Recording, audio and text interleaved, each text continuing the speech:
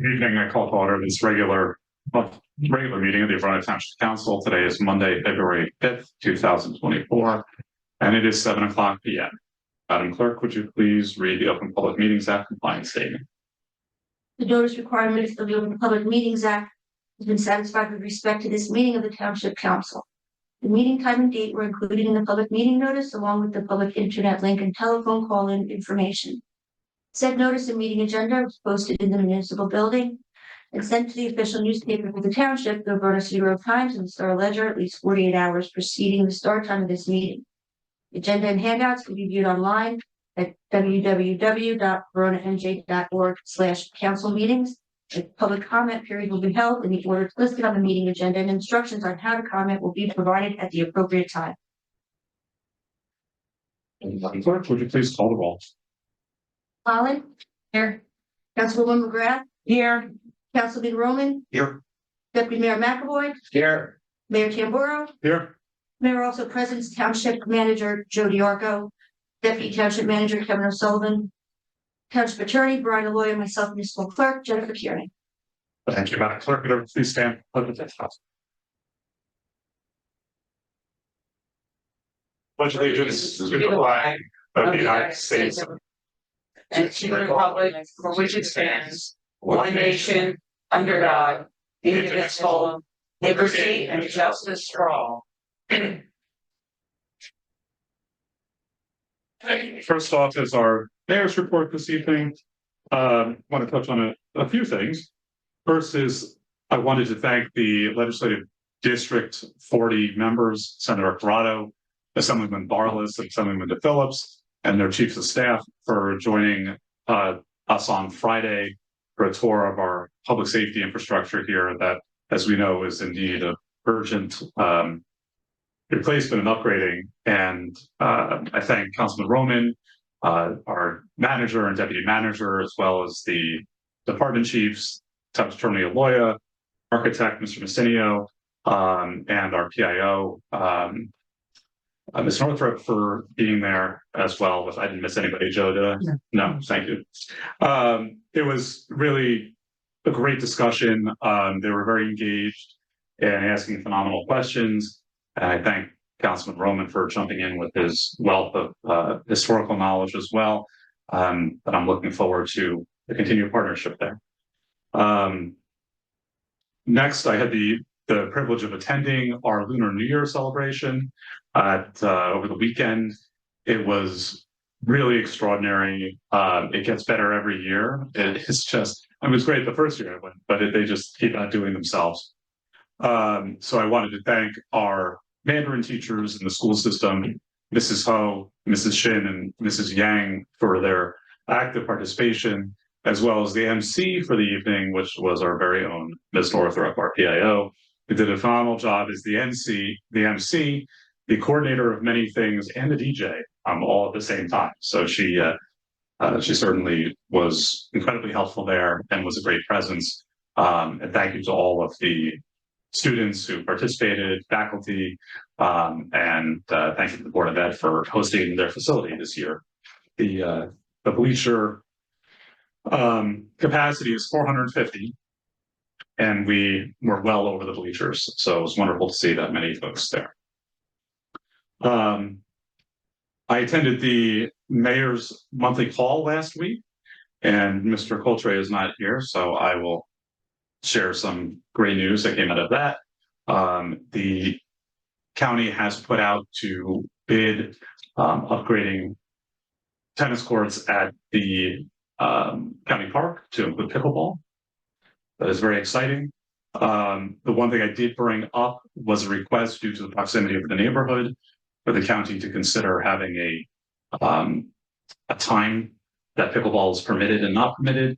And the county executive was amenable to that as well, just because of the proximity to Manor Road. So that's pretty exciting. Next Monday, a week from today, we'll be having a special meeting to discuss the budget. The department heads will be coming in, almost all of them, be coming in to talk about their operating budgets as well as their capital needs. So it is a don't miss meeting, and the rest of the budget we'll discuss on the 26th regular meeting. So it should be good. And finally, February is Black History Month, and we are honored tonight to be joined by Bill Brown, a distinguished Verona resident, former chair and member of the planning board, an outstanding architect as well, who's come in to help. And Bill is, in his spare time, is the second vice president of the NAACP of the Oranges and Maplewood. Bill?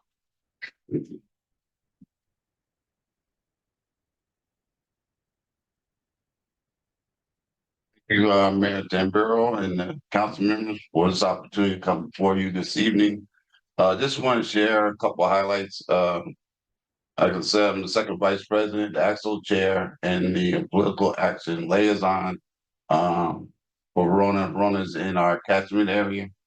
And as a liaison, I would like to strengthen our relationship with you all and collaborate with each other on mutual items of interest. I'll periodically visit, the council meetings and share with you any updates or initiative that we're trying to accomplish. And we'll like to do the same with you.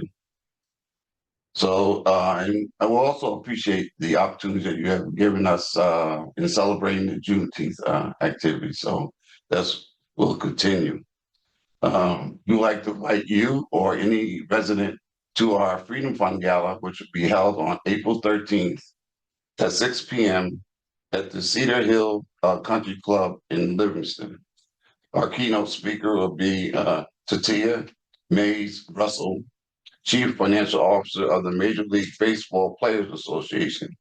And I'll email the flyer to Ms. Kiernan. I will also, as mentioned, I will be speaking on February 17th at the Verona Public Library. So I've been invited to during Black History Month to participate in that. So talk about my life and my career. So I really appreciate that opportunity. So I just want to thank you for this time, and we're looking forward to partnering with you in the future. Thank you. Any questions, Mr. Brown? Council. Thank you. Mr. Brown, we're so excited that you're here, and thank you so much. I'm really looking forward to for you to be our first speaker for our first Black History Month event. And I really enjoyed meeting you and your peers at our Juneteenth celebration. And I did join the NAACP and get your emails, and really appreciate that information that you put out. So I look forward to that continued partnership. And what will come to the gala is really going to be exciting. So we're reaching out. We have 11 municipalities within our branch. So we're reaching out to get everyone's participation and help where we can. That's wonderful. Well, thank you so much. I look forward to when you're speaking. Thank you so much. Okay. Thank you, Bill. That concludes the mayor's report for this evening. Mr. D'Arco, you're up for what might be a bit of a long one tonight. Thank you, Mayor.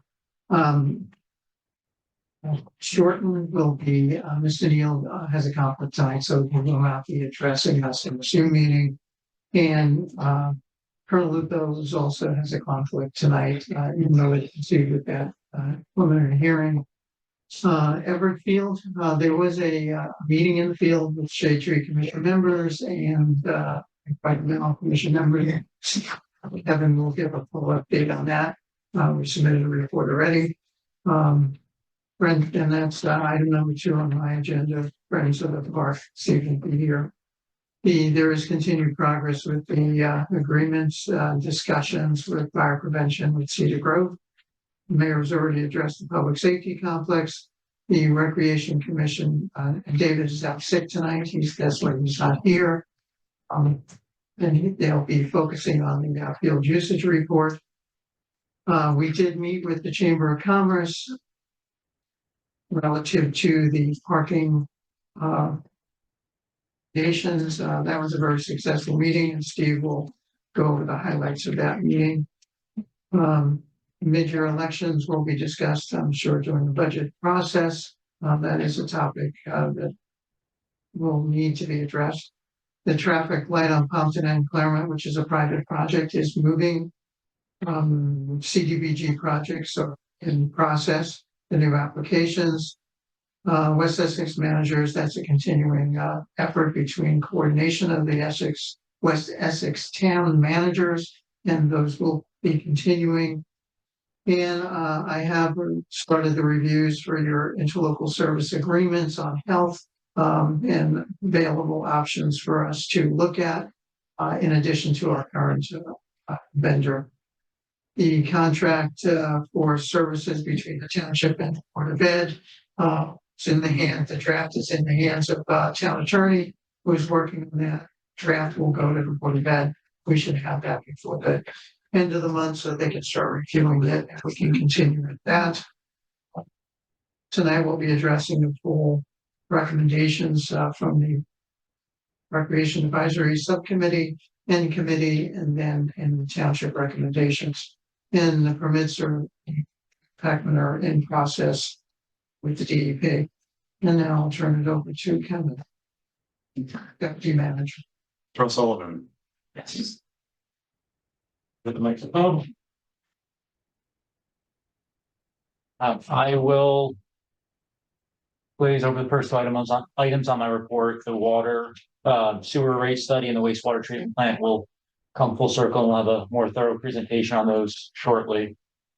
The next item on my report is regarding residential escrow fees, and there's been a lot of progress in the construction department. We'll have a more thorough presentation at another evening regarding recommendations regarding zoning fees for the construction department. Regarding Lynn Drive and Fairview Avenue Wells, we did have a pre-construction meeting for the Lynn Drive project on January 30th. Additionally, we're working with iBank to move forward with the short-term construction loan, which should be closing in the next few weeks. We're working through paperwork submittals with the contractor and Jacobs. The construction and mobilization should be starting within the next month or so. There will be some staging area in that parking area behind the community center annex, and construction is anticipated to be complete later this fall. Similarly, the Fairview Avenue well project is advancing. We are working with Boswell on advancing the diversion application for Green Acres to resolve the Green Acres encroachment matter. That will require some public signage at the well and additional public hearings for that diversion process. With that moving forward, hopefully later in February and March, we'll also be hoping to get authorization to advertise for the bids in March and April, and that should be lining up for a construction in later this summer, and it'll be a 15-month construction completing sometime mid to latter part of next year. Kevin, on the tail end of that, Mayor, we also have from the NJDEP an administrative consent order, which we need to move a resolution. It's off the business agenda, if you would, to regular agenda, which keep us on a timetable that will be noticed in the 14-day, which links to the two wells. We'll do that in new business. Thank you. Moving on, kind of wrapping up all those updates on water, sewer, and drinking well projects. We will be working with our public information officer this month to get a public information piece out to the public so they can understand all the efforts and upgrades that are going to be going into the infrastructure. We also kind of focusing more on the stormwater element. We have the stormwater control ordinance, which is scheduled for introduction this evening. It was discussed at the last meeting. After introduction tonight, we will send it to the planning board for consistency review and look to have a second hearing and public adoption, public hearing and adoption on the March 11th meeting. That will then allow us to shift focus on the stormwater side and update some of the other planning elements that are necessary for our municipal stormwater permit, such as updates to our pollution prevention plan and implementation and adoption of a municipal stormwater management plan. We're also working with the DEP's Blue Acres office and their Office of Climate Resiliency. We've had some information that we received from Blue Acres. We're working with their office to disseminate that information to the public, making everyone aware of some public information sessions that they have coming up to get information and to answer questions that residents may have regarding the program. Similarly, the Office of Climate Resiliency has been very responsive to our office in trying to identify and highlight items of our master plan that might be a good partnership with the state. So we're continuing those discussions. The town manager did mention the item on the parking meter rates. We followed up the discussion we had at the last mayor and council meeting regarding recommendations for increasing parking rates and reinvestments in the infrastructure for the downtown area related to parking meter replacement and other types of projects. We did follow that up with a meeting with the Verona Chamber of Commerce. Deputy Mayor was there with us, and we did have a good conversation. It was very effective, and I think it was received well. The chamber supported the recommendations in the report. The general feedback was that they understood and appreciated that there was a need to increase revenue so that it could be reinvested in the infrastructure needs that are prevalent. The additional recommendations were also to include collection of parking rates on Saturdays and to more efficiently and effectively collect the revenues. Instead of adopting a 75 cents per hour rate, they were recommending 25 cents per 20 minutes to break it off in smaller increments. We'll fold all of those recommendations into a final version of the ordinance that will be introduced at an upcoming meeting. We've been continuing discussions on a number of energy efficiency types of projects. We're continuing to work with the BPU on an application for a local government energy audit. They did get back to us on our application. We owe them a response at this point. We are also continuing to work with the consultant on potential solar projects for municipal properties and municipal facilities. We'll continue those discussions. We have an upcoming phone call with that consultant Thursday afternoon. We are also working with our grant writer to submit an application for the Community Energy Planning Grant Program. They will be working on that application in the coming weeks, and we are also coordinating with that applicant about the potential for a combined heat and power feasibility study that as it may relate to the wastewater treatment facility. That particular program does not have a due date on their grant applications until July. So as we're discussing the rate study tonight, and as we are discussing some of the long-term recommendations that will come from Boswell's wastewater treatment assessment, that potential grant application may fit in well with some of the recommendations that are coming from those. So we're going to hold back on submitting that application for the time being and wait for those recommendations from both rate study and the wastewater treatment assessment. Regarding the community center playground and ADA restroom, we did receive the $200,000 reprogramming grant, and there is a second hearing and adoption for the supplemental bond for that project scheduled for this evening.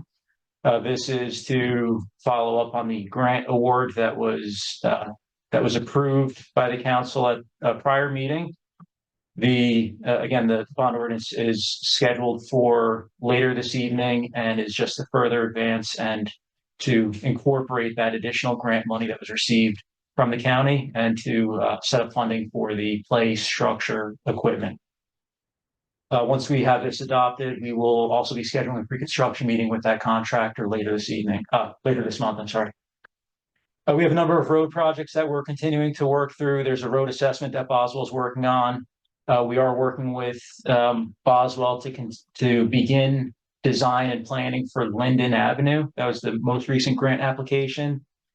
In coordination with that upcoming road project, there is a recommendation from the Verona Traffic and Safety Committee to file a grant application for Complete Streets technical assistance to study that area and determine if additional pedestrian safety plans can and should be incorporated into the repaving plans. That grant application requires a resolution of support from mayor and council, and it will be placed on the February 26th meeting.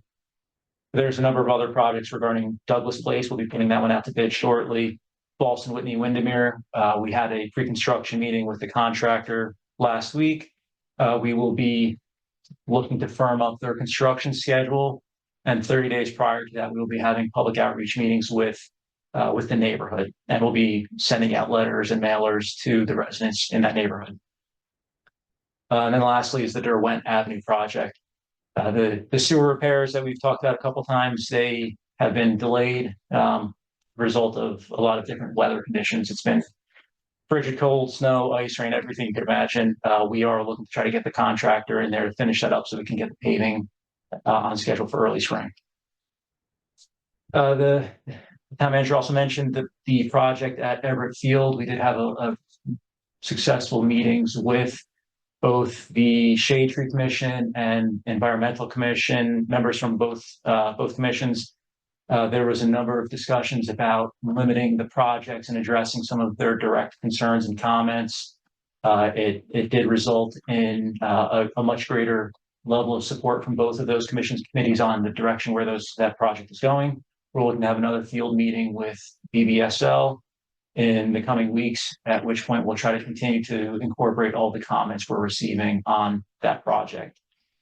That project, as everyone is aware, we've submitted a number of different grant applications, which are still pending at this point. We've submitted for CDBG for ADA components. We've submitted to Green Acres for the playground and other related components to the playground. And we will be submitting the local recreation improvement grant for elements of that project as well. So as we continue to fine tune the design, we will also wait to hear back on a number of these grants and potential sponsorships or donations to help support that project. And then we'll have to come up with a final consensus on the final scope and bonding amount for that project. There's a number of other grants that we've been working with our grant writer to submit. They're listed in my report. There's additional ADA components from the MIAC recommendations. There's American Rescue Plan firefighters assistance for additional turnout gear. There's a spotted lanternfly treatment. There's prior versions of the local recreation improvement grant. We're working with the efficiency achievement program for shared service implementation and a few of the other items that I discussed earlier. We'll have a final 2023 end of year summary from Millennium to distribute to the council, so you can see the full list of all the grants they've worked on with us over the past year. We should be having that, I'll have that for the next meeting. Thank you, Mr. Sullivan. Any questions for the deputy manager? Councilwoman? Thank you. For the public information officer talking about the wells, I mean, I just want to add that I think a lot of residents feel that the water is not safe to drink. I mean, fundamentally, it will take time to rebuild that trust. And I'm really looking forward to the administration really working on that. And this is just the first step of a very long road to get people back. A lot of people are drinking bottled water. Of course, there have been recent health reports that have come out recently that there are microplastics in bottled water.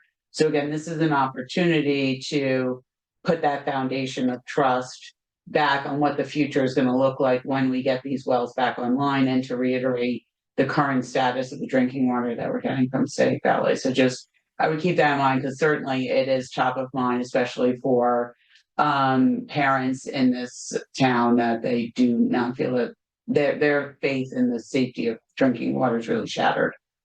We'll make sure to try to incorporate all of that and to garner additional trust and support from the community. I think it's important to note that every notice we've sent about the water has made it very clear that the water is safe. It's usually the first or second line in our notices so far, but we certainly can remind people more. Right. There's a difficulty. The DEP is very, very specific about putting certain language that sometimes scares the general public. So balancing that with this outreach is important and understood. Mr. Soul. Mr. Giarco, would you like to do the hearing on Comcast? Thank you, Mayor.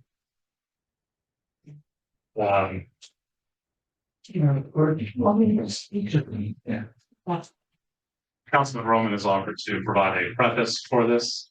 You want me to? And I'm inclined to defer to the council.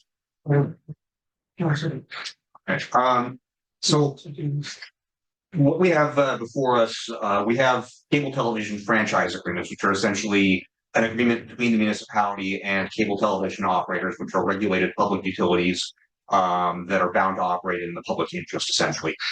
And these franchise agreements come up for periodic renewal. And the municipality, on renewal of these, essentially reviews the cable operator's compliance with the franchise agreement in the past. Can review certain things such as the quality level of its service that it provides, whether there are citizen complaints, outages, other technical failures in the cable system, or whether customers have problems in dealing with the cable company. For example, if they never answer the phone or you can't get a service technician out and receive those complaints, those can be discussed during the course of this hearing. There is rate regulation of these, but it mostly takes place at the state level. So that is not, as to my understanding, a significant part of the local responsibility in terms of franchise renewal. One of the other elements is the public education and government channels, which is VTV. We can talk about whether or not they meet our needs related to that. And then there are some general catch-all about whether or not the cable operator is meeting the needs of the community as a whole. So there is a very large guidance document to this from the New Jersey State Office of Cable Television. If anyone is more curious about it, but that's kind of the general outline, and we can take public comment essentially on the performance of the cable operator. And this is only relevant to the Comcast system, not Verizon Fios, which is a separate franchise agreement. Thank you, Councilman. Thank you, Councilman. Madam Township Clerk. Yes, the Comcast representative could not be here tonight, but has emailed me some bullet points and a statement before we open the public hearing. Proceed. Thank you. So the application was filed by Comcast with the township on August 27th, 2023. On December 27th, 2023, notification of the application and a public hearing was filed, listing February 5th as the public hearing date. The town has 30 days from tonight, which is flexible, to issue consent ordinance or resolution of denial regarding the simply the right of way. It's not a contract that obligates the town to do anything except run the pit along the municipality's right of way. And the governing body should judge the application based on the cable operator substantially complying with the material terms of the existing franchise agreement. Has the quality of the operator's service, including signal quality, been reasonable? Does the operator have the financial and legal and technical ability to provide services? And there are two areas that, as Councilman stated, that the governing body has little grounds to consider but may discuss, and those are the rates, programming, and that said nothing excludes the public and the governing body from commenting on either, but the commentary can't be factored into the municipality's final decision. The statement from the Director of Government and Regulatory Affairs for Comcast Freedom Region Systems in Northern New Jersey statement is: we are in the final stages of the cable television franchise renewal process, which is governed by both federal and state statutes and regulations. Comcast began the renewal process on or about August 25th, 2021, by sending a letter to the borough indicating our intention to seek renewal of our non-inclusive franchise under Section 626A of the Cable Communications Policy Act of 1984 and 1996. Following the state's timeline, Comcast filed an application for renewal of municipal consent on or about August 27th, 2023, and that application has been available for public inspection in the clerk's office. Tonight's hearing is on that application. No action of the council is required this evening. However, tonight's hearing is an opportunity to hear from both the governing body and the public. Thank you. This time I'll open the public hearing on the Comcast franchise renewal. Madam Clerk, would you please read the public participation statement? Anyone from the public wishing to speak on this matter, please raise your hand by pressing the raise hand button on your monitor. And if you're dialing in by phone, press *9. If you're attending in person, please raise your hand. Once you're recognized, please clearly state only your name and township of residence for the record. You're not qualified to provide your street address. However, if you do, Please note that the meetings will be posted on the township's YouTube channel, and addresses will not be redacted for any purpose. You'll have 4 minutes to address the council. There can be no cross dialogue during these public hearings. And after everyone wishing to speak has been heard, the council and or administration may address your comments and or questions. Thank you, Madam. It's open. Public comment is open on the cable television piece only.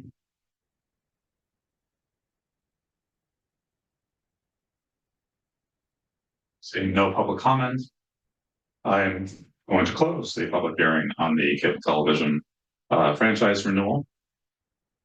Does the council have any comments? Councilman Ray. One of the things I'll note is that it does appear that in the first section of this application, it looks like they submitted to us a copy of the City of Summit's cable system renewal. They updated it in some areas related to the Township of Verona, but they did miss a number of these. Just give an example on page 11, where they talk about public educational and government programming. It's all relevant to the City of Summit. The very first line of this is for the City of Summit. So I might ask that they amend their application before us, that they go through that section and update it. They did update a couple of things about Township of Verona, but it doesn't appear that they missed a number of them. The other thing that we probably should talk about is one of the opportunities we have in negotiating franchise agreement with the cable system is that for the public educational and government channel, which is essentially VTV, we do have the opportunity to request that they support our operation with equipment, with other certain things. We can make a lot of different arguments about our PEG operations. For example, we could claim that there isn't enough channel space, that you might need 2 VTVs, just to give an example. But we could say, for example, if it's a standard def channel, should they be offering us a high definition channel? Should they provide equipment to us? They do have the right to recover any of these costs in the regulatory franchise fee that's in everyone's cable bills. So you can't ask for the world, but that's something that we might want to discuss, particularly with Mr. Lupo, just get an opinion from him whether or not that's a worthwhile avenue for us to request that they essentially grant for the upgrade of the production systems here, or some other opportunity like that. Madam Clerk, can you communicate with them that they need to submit this application that is for Verona? Absolutely, I'll do that tomorrow. Thank you so much. Councilwoman? Thank you. I agree with Councilman Roman. I went to a seminar at the league on these types of agreements, and there's a lot of opportunity in here. And we desperately need AV help, as anyone who watches the quality of our meeting videos can attest to. And also VTV was down for quite some time. Also in other communities, the cable operators have run, cable to certain key sites so that live video streams can occur. And we have a beautiful square out here where we do concerts, and in other communities, they broadcast those on their cable systems. So I'm really interested in Colonel Lupo's comments and feedback on not just this, but also when the Verizon agreement is up as well. I'm not sure what the schedule is on that, but I think it would be a missed opportunity if we didn't think a little bit more broadly about Verona's best interests with this renewal. So thank you. Thank you. I agree with those comments, and I look forward to Colonel Lupo lending us his expertise in that area. All right, Mr. Diarco, next up would be new gen strategy. Mayor, I mean, as a point of order, what should we do to dispose of this hearing? Actually, should we table it at this point in time for further So discussion? we can't take any action tonight at all. So we had the public hearing. We don't have a resolution before us on this. So I think at this point, we've directed the township clerk to secure a new agreement. And then we are waiting on a corrected agreement. Okay. Phrase it that way. Then we'll have Lupo in another meeting. What's the timeline again on this? That we have to. It said 30 days. It said 30 days, but it can be flexible according to her unit. Okay, so I think we're 26 is a pretty packed agenda. So perhaps if we can, while we're reaching out and asking for a corrected version, we might ask them to give us the extension until the March 11th meeting. Yes, and you'll touch base with Colonel as well too. Yeah. That's we've all got occasion due to our budget process. to keep an otherwise light agenda for 22nd. But being that they sent us document errors in it, I'm sure they can. Okay, use and strategies, Mr. Township Manager? Yes. Okay. Thank you. Yeah. Okay.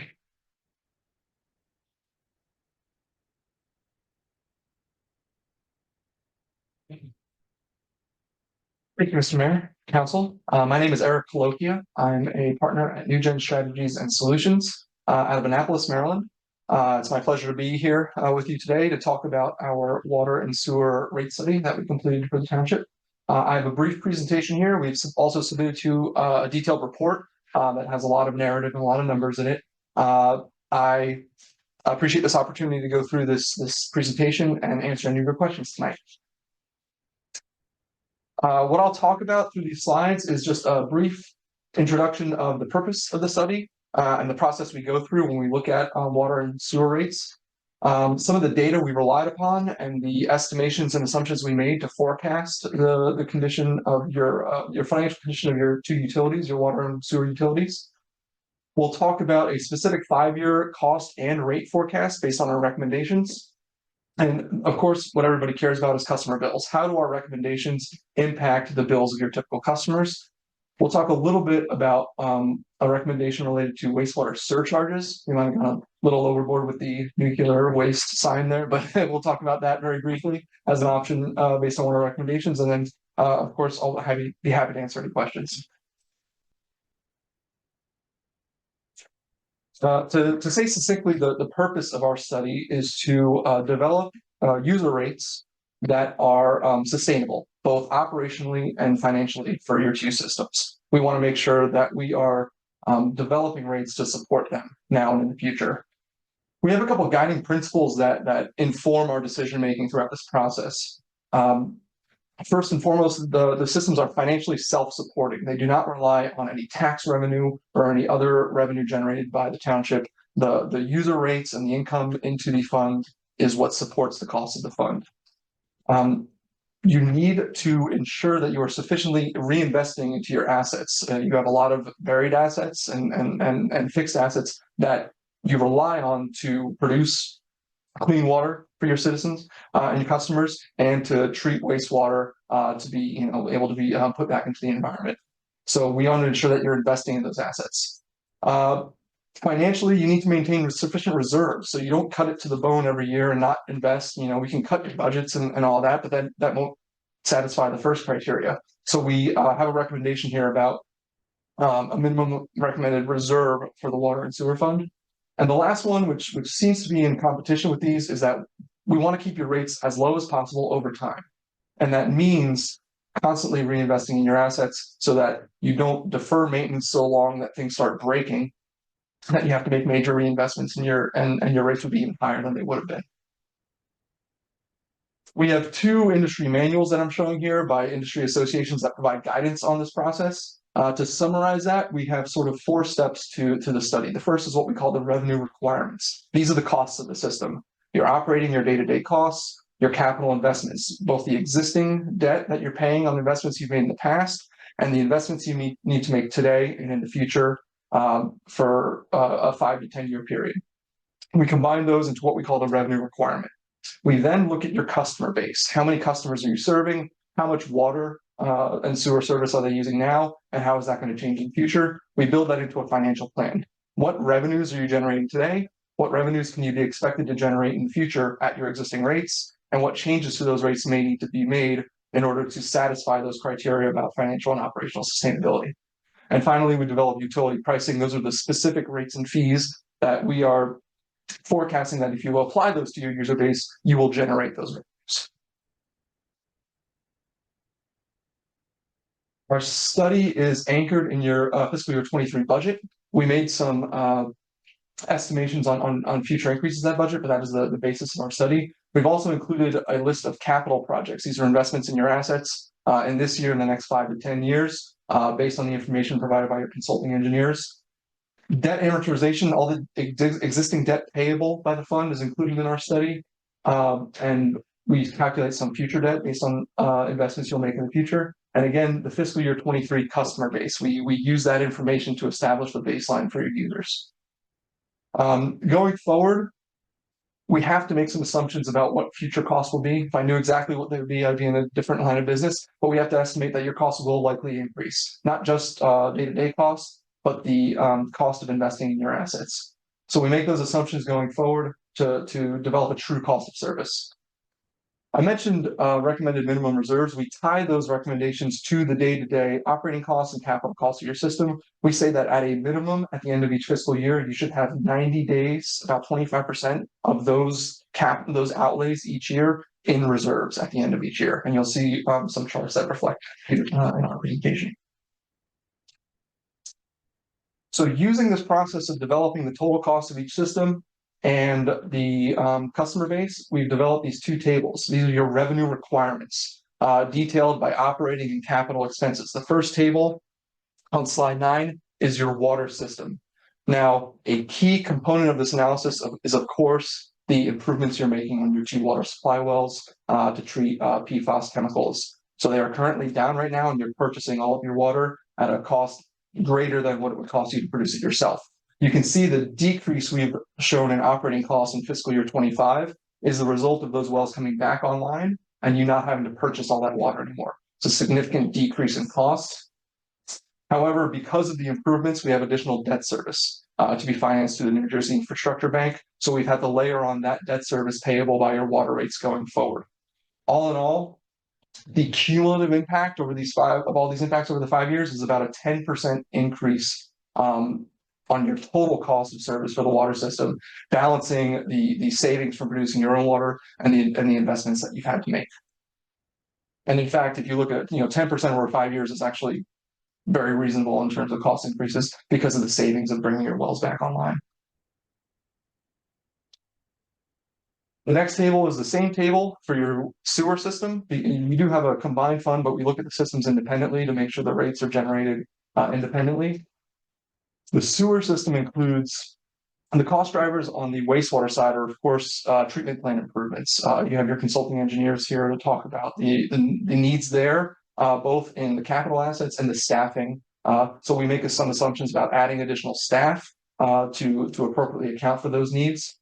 We also include increasing in the amount of capital investment day to day you're making in your wastewater collection system. So the pipes underneath your ground, we're increasing our assumption of what you're going to fund to rehab and replace those pipes for the next 5 years. So on the sewer side, we're showing a 60% increase in these costs in total after offsetting non-rate revenues over this 5-year period.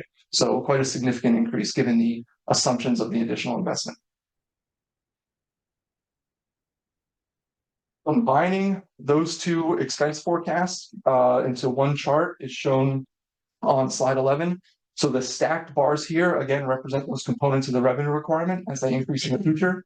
That red line is the forecasted revenue that you would generate under your existing rates. So if you adopted no rate changes over this time period, that red line is our calculation of what your revenues would be. And clearly, the expense bars stack up above the revenue line in these forecasts, demonstrating a shortfall in cash flow in every year. What that means in terms of fund balance is shown on the next slide, on slide 12. That red line, again, these are on the same scale, just to give you a sense of your expenses versus your fund balance on the same scale. The red line represents that minimum reserve policy of 90 days of total expenses operating in capital. That green bar that you can see is our estimation of where your fund will end up at the end of fiscal year 23. And given the cash flow deficits that we're forecasting at your existing rates, this would be the situation if you did not change any of those rates. The cash flow shortfalls surpass your current fund balance and essentially exhaust it in this next fiscal year. Given our discussion with staff and our consulting engineers and our forecast, we developed the rate forecast shown on slide 13. This is our recommendation of what rates need to be within your existing structure to account for the cost increases that we've shown. So there's two components to our recommendation. The first is to update your existing rates, and that's shown on this slide. your rate structure includes a minimum quarterly fee. If somebody doesn't use enough water, they pay a minimum every quarter. But most of your water revenue is generated from your volumetric rate. You currently have a $1 capital surcharge on that rate. We're recommending you drop that surcharge, and we'll talk about how to collect that revenue on the next slide. So ultimately, our recommendation translates into about a 28% increase in your water rate for the next fiscal year, and then 4% increases on that rate thereafter. On the sewer side, you have a fixed quarterly fee that applies per unit for all of your customers. We're recommending that you increase that 6% in the next fiscal year, and then about 4% thereafter. It's rounded to the dollar, so essentially it's a 4% increase in each of those years thereafter, shown in this 5-year table. The second component of our rate recommendation is a fixed quarterly surcharge that would collect the revenue that you would have to outlay for both the additional capital, meaning debt service related to the well improvements, and the operating costs related to those improvements. So the additional day-to-day expenses having to do with the filter media that you have to run and replace every so often, we built that into this surcharge as well. This is averaged over 5 years, and we've developed two alternatives in terms of how to levy the surcharge on your customers. One is to apply it the same across your customer base, regardless of what's called meter size. The meter size, of course, is the size of the connection to your system. Most of your customers are small, but you do have some larger meter sizes connected to your water system. In the first case, if you apply it across the board, we're recommending a $21 per quarter surcharge.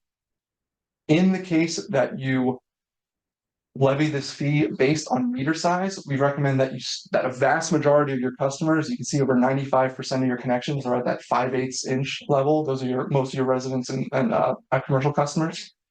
They would pay $18 per quarter, but your larger meters would increment up based on the capacity. So those larger meters can essentially pull more water at any given moment from your system. The what we call a capacity reservation of those meters is much higher, and it's common in the industry to levy these sort of fixed fees based on the ratio of what those meters can pull relative to a small one, right? So your small meters at full blast can only take a certain amount of water per minute. Those large meters can take a much more larger volume. So these fees are according to those ratios.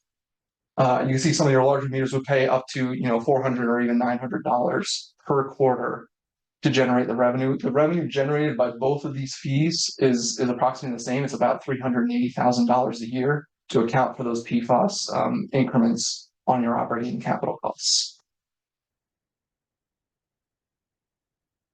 The next chart shown here is the same as the one we showed previously, except there's an additional line. That green line shows if you were to adopt the rates and either surcharge showed on those previous slides, this is the revenue that your customers would generate. You can see now there is a phase into that revenue line being above the expenses and remaining above those expenses for the remaining years of this forecast. So again, that's if you adopt that approximately 28% increase in water rates, 6% in sewer, and then 4% thereafter.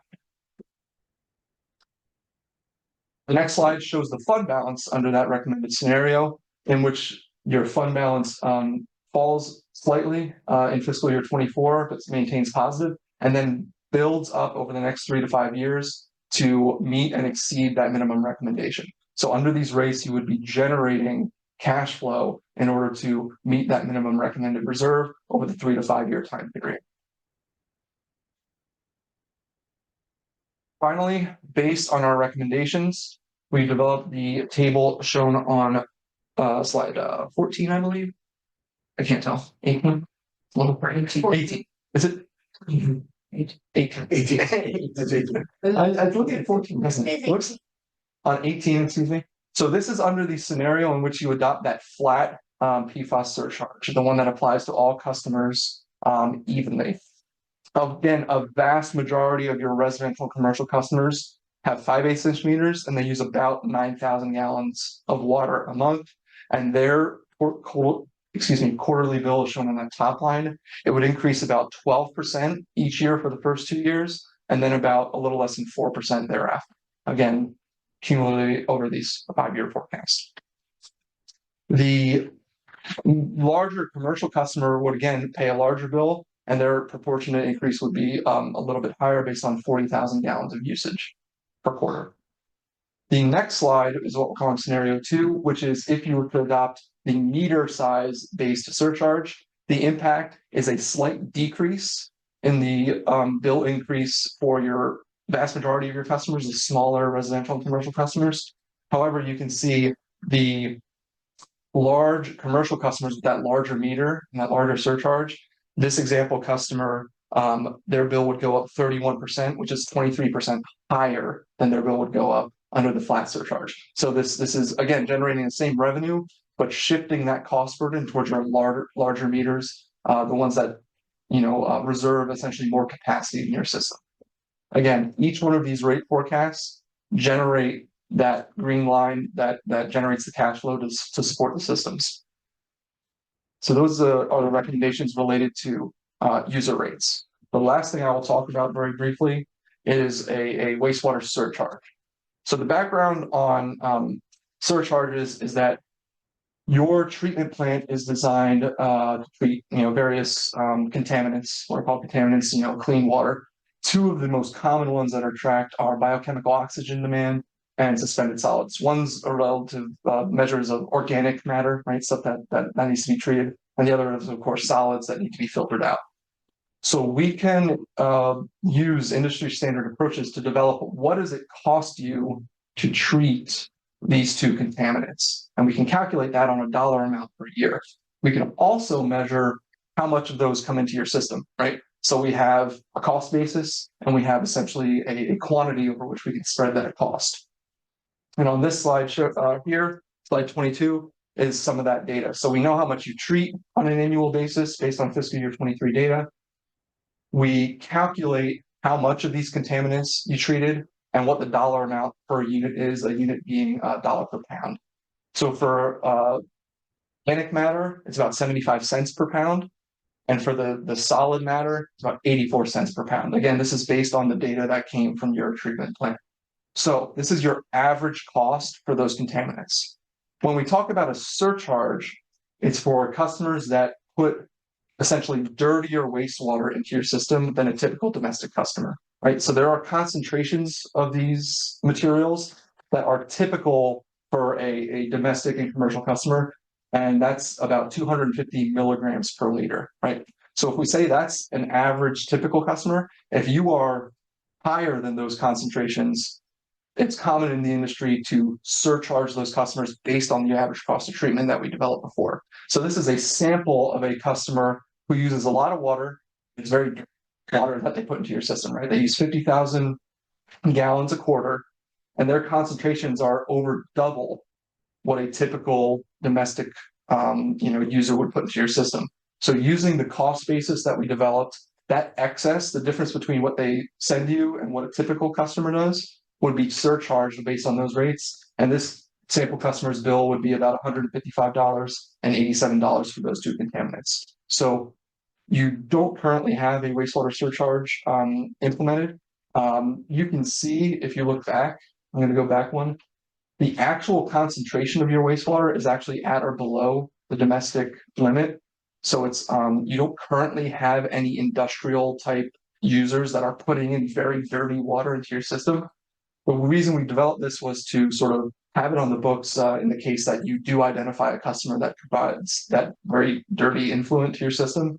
You would be able to apply these surcharges and generate additional revenue because it costs you that much more to treat their influent. That's the principle behind this surcharge. So with that, I'm happy to answer any questions. Any questions? From the council? It's a lot. It's a lot. It's a lot, and the report's even more, so I apologize for that. The report, I would like to credit you for the very well done. Very followable and detailed. I appreciate it. This council reads everything that is put in front of us, and it was nice to have a report that made some sense and brought us thinking. I appreciate that. Thank you. Any questions? I have a comment. I don't have a question, so if others have questions, they can. Councilwoman. Great. Then I will start with my comments.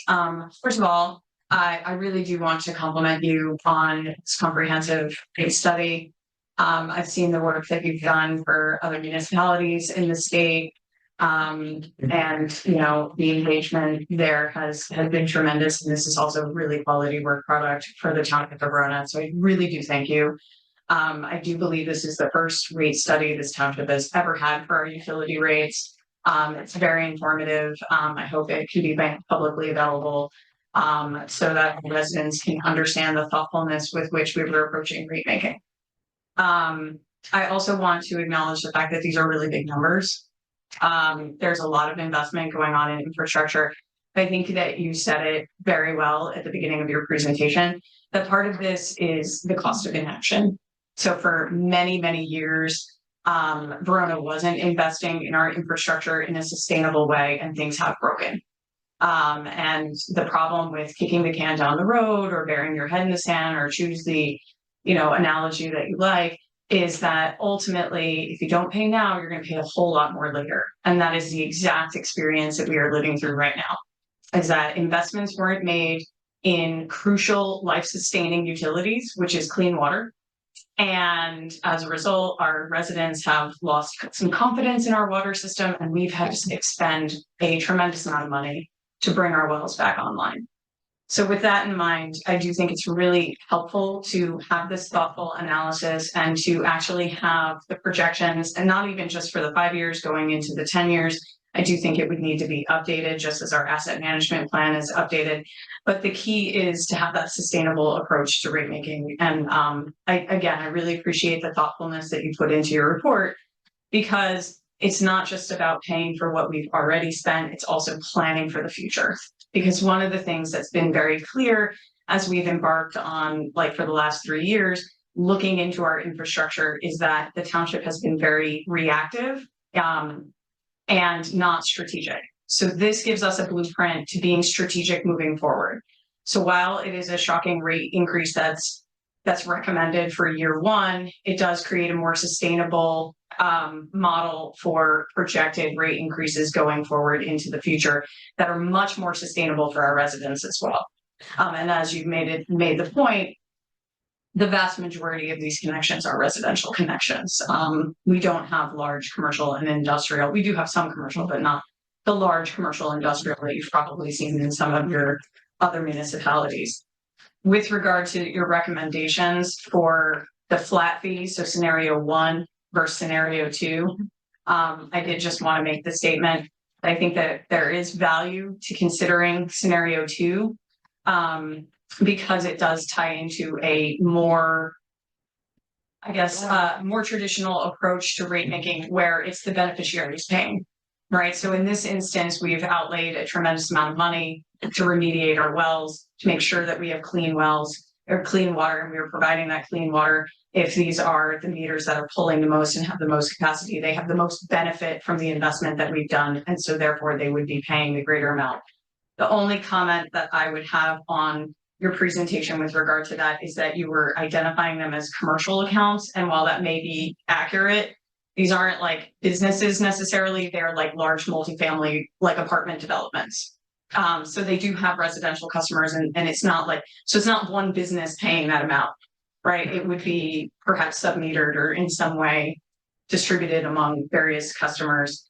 And I did just want to comment a little bit about one of the images that you had as part of your report, where you compared the projected Verona rates to some of our surrounding communities.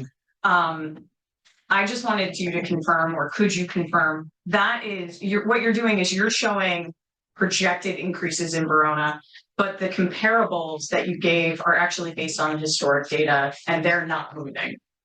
Correct. So the chart you're referring to is the regional bill comparison towards the end of our report. And you're right. So that chart shows the current rates for all those other municipalities that are, yes, based on historical data. They probably haven't been updated in several years, but we are showing the rates we're recommending for you. So those increase, first of all, that large first increase and the subsequent second increase in fiscal 25.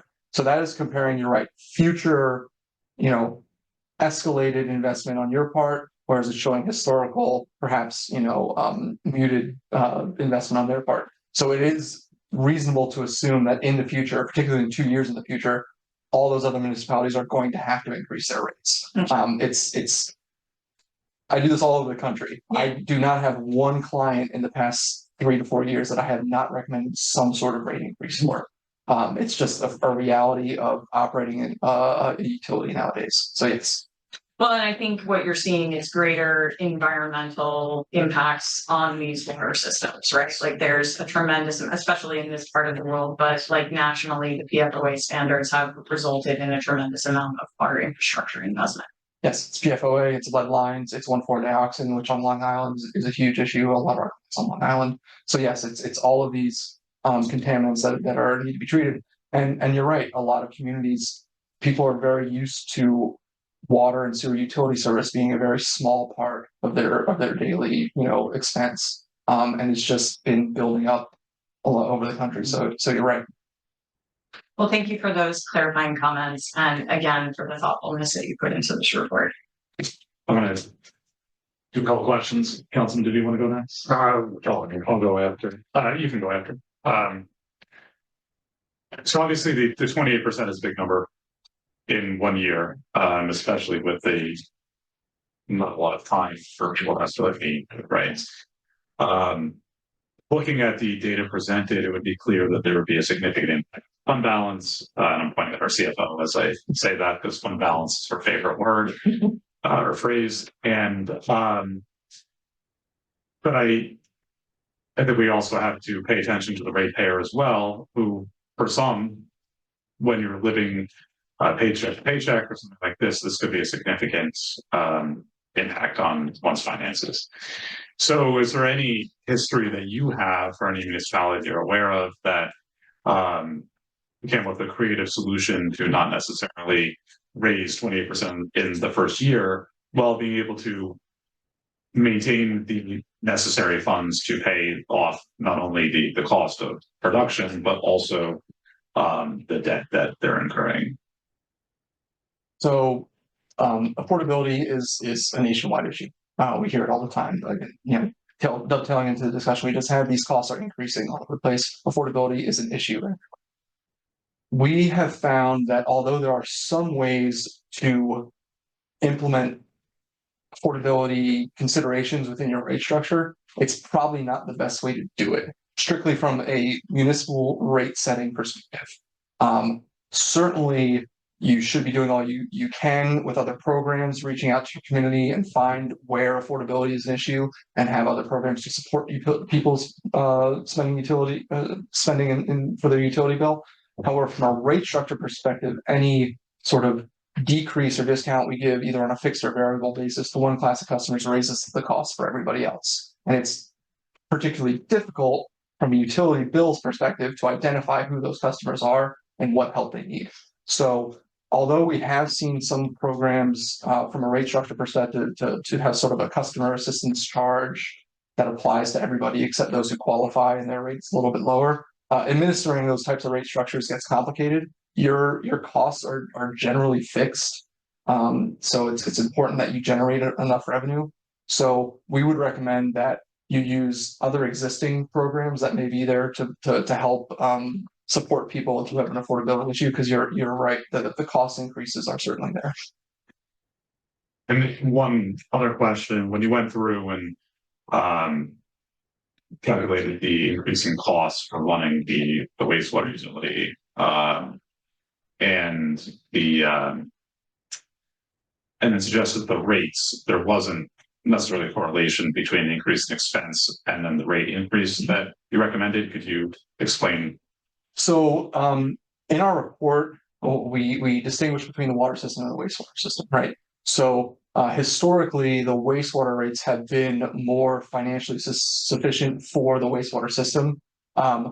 What's happening is we're closing that gap, right? So even with that 60% rate increase or cost increase I showed, and approximately a cumulative, probably less than 20% rate increase, what you're doing is you're bringing that cash flow closer and closer to break even on the wastewater side. The large increase on the water side is because water has historically been underfunded by the current rates. So that rate recommendation appears sort of the reverse of the balance of the cost escalation, but it's because your established starting point, the wastewater revenues are generally supporting the wastewater system. It is interesting when you compare our sewer rates to the larger conglomerates, how much higher they are. It's actually a marked difference between places like the Passaic Valley Storage Commission, things like that. Councilman? Just looking again back to your regional bill comparison, for people that don't have this report in front of them. Where we are right now is roughly middle of the pack in surrounding municipalities, maybe a little bit higher up the middle of the pack. There are some utilities that have surprisingly lower average rates, whereas Verona is currently $212. It goes, there immediately drops below 200 and then down below 150. And there are some folks that are, rates in the $100, $80 range. The proposed rate increases would jump us up to the top of the region, 238 for the first year and 262 to 269 after that. So I'm kind of curious, looking at our peer utilities, how are all of these other utilities operating at all at this point in time, given substantially lower rates? And what does this say about us as a small utility operator, our ability to actually operate at all without, a significant financial burden on our customers? The concept of regionalization or larger strategic moves in water and sewer rates, aside from just saying, okay, well, we need to raise the rates. What else is there if we were to look at this from a different perspective? How are these guys surviving as it is now? Are they all going to end up having to charge $270? Talk a little bit more about the larger picture here, please. Sure. So, unfortunately, the answer to the first question is we don't exactly know because we didn't dig in. We just looked at their rates and developed a rate based on the typical customer that you have. However, given my experience, like I said several moments ago, every single municipality we've looked at for the past 3 to 5 years has needed significant rate increases. I'm talking cumulatively double digits, similar to you, over a 5-year period. So whether or not they are not properly investing in their system, they have economies of scale, right? That you don't necessarily have as a small utility. We don't exactly know, and we didn't really do a lot of digging into that issue. I will say, in general, the things you're talking about in terms of regionalization, consolidation are very hot topics in the water and wastewater utility industry, both on the East Coast and the West Coast. The issues there are certainly you can, demonstrated by our increases, yes, the 28% is large, but you can operate as a utility of your size, given your customer base in a sustainable way. I think we've demonstrated that. Anything having to do with regionalization, whether it's, consolidating purchases agreements for chemicals or things like that amongst wastewater treatment providers or water treatment providers, we have seen some of that. And at the extreme end of that is true regionalization, the forming of authorities and the consolidation of municipals into separate entities. I don't think we've contemplated any of that, given that with these relatively modest increases over the 5-year time period for your customers, I think we wouldn't see any of the options. I mean, is there such a thing as an economy of scale, not just on the purchasing level and contracting level, but if I'm operating a utility that processes, 10 times as many million gallons of wastewater or same thing for providing the amount of water, how much more efficient are they than we are? Yes. And then is that only if you're doing it in a single plant, or can you operate, a distributed system and still do the same things? It depends on the state distributed, operations, whether they have to be self-sustaining or not. But you're right, the economy of scale in the utility business is large. A mile of pipe is a mile of pipe. If you have a system with 10,000 miles, and the system with 100 miles, that is generally a fixed cost. Utilities in general, just on an operating basis, are fixed cost entities, and the economies of scale are very large. So that is a situation we find a lot of the smaller utilities in, is bearing that sort of per unit cost over a much smaller base is a higher burden than the larger systems. Yeah, thank you. Actually, to add to answer Councilman Roman's point, and you admitted that you didn't do the research. I believe, especially on sewer, there's litigation between Caldwell because their plant is literally at capacity and they can't greenlight any more building because the plant is really tapped out.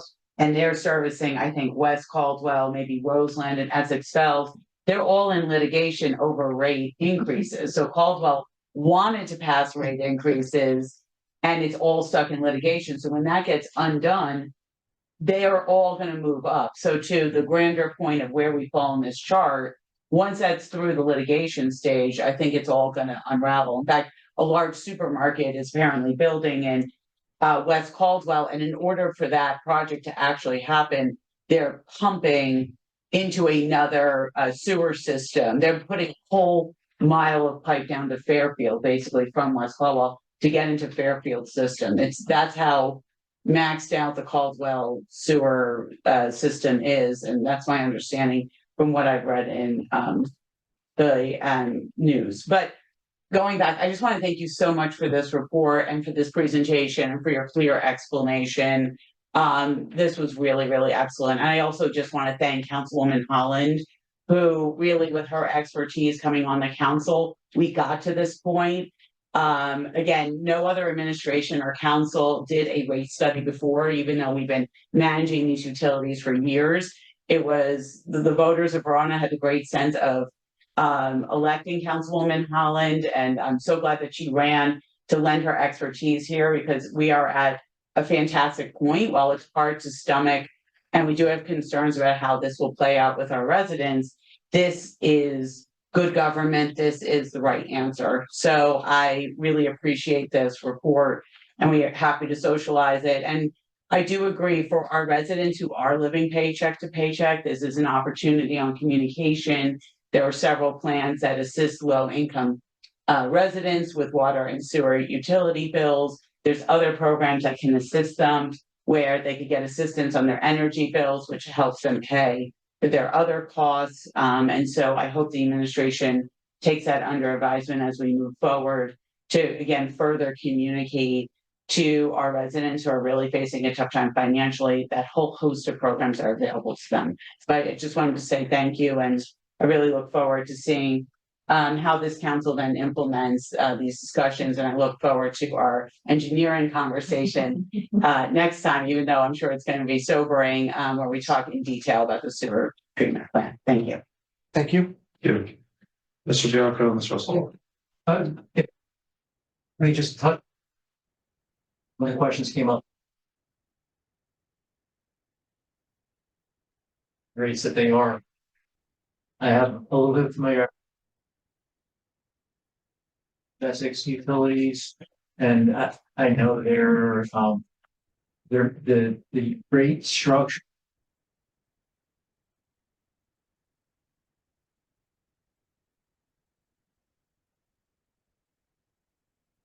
So the rate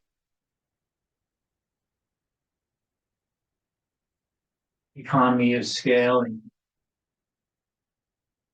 you have Oswald tonight.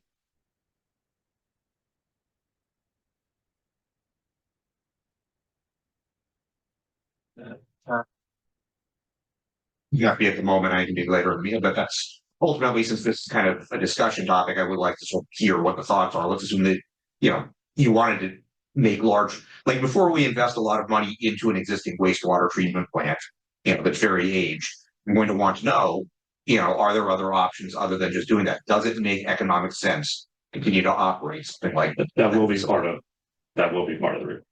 Sure. Thank you. First, I want to echo my colleagues' assessment of the report. Very well done, very detailed. My first question is, you went through the other town and comparable rates. I noticed that's all residential.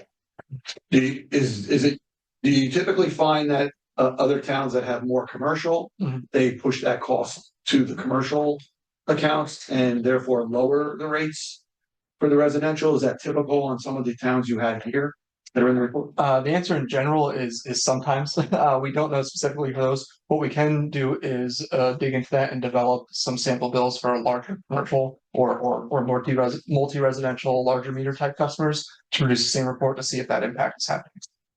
And you just, good segue into my next comment. I did agree with the surcharge in your plan too, where the larger meters do pay a little more. However, is there a way, is it possible, or is it allowed to only use the larger meters for commercial clients? Because if they're all residential, I think all residential people should be paying the same rate. So whether it's a big apartment building that has a large meter because they need a large meter because their volume has to be greater than a single family home. Is there a way to categorize them so that they stay the same rate as a single family residential home, whereas a commercial building with a couple stores pays a higher? So I know, Yeah. the reason I'm asking this is because I know, like with sewer charges, you can't charge differently for one than other. They have to all have the same rate. Right, yeah, there's a Safe Drinking Water Act regulation involving that, which is relative to the surcharge discussion we had. There are ways to identify customers and allocate costs the way you talked about. We have a small section in our report talking about an analysis we did using some assumptions. The data available isn't the best to do that type of analysis. As far as identifying customer classes for the purposes of that surcharge, we wouldn't recommend doing so, simply because your system is mostly residential, and the purpose of the incremented surcharge is to sort of make an equivalent assumption for those meters. So the large amount of small meters pays an equitable share of the small amount of larger meters, and to put any additional costs on those larger meters outside of those capacity ratios is just not typically done in our experience. And just two more points. I know, like, we're looking at this and we're saying, oh, the sewer charge is say $150. That's, I didn't see anything in the report. Maybe you can touch on this, or maybe your CFO can comment on this. I know our sewer charge, let's say a single family residential home, is based on your water consumption.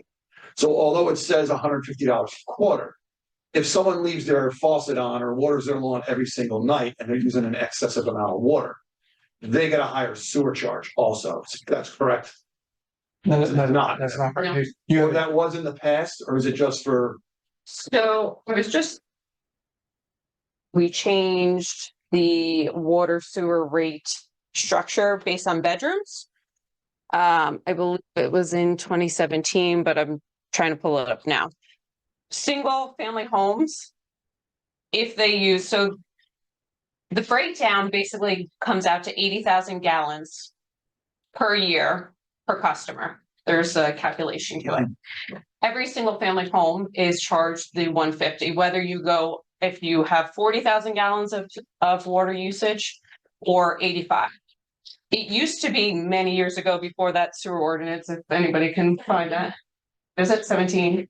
2017-14. 14, okay. It used to be years ago that it was just the calculation. So if at your residence, you filled up your pool 3 times and you emptied it during the summertime and you used 165,000 gallons, you were charged 2 sewer units. Being 80 and 80 is 2 units. But currently we changed that ordinance in 2017. But single family residents are charged 150. Then it goes into bedrooms.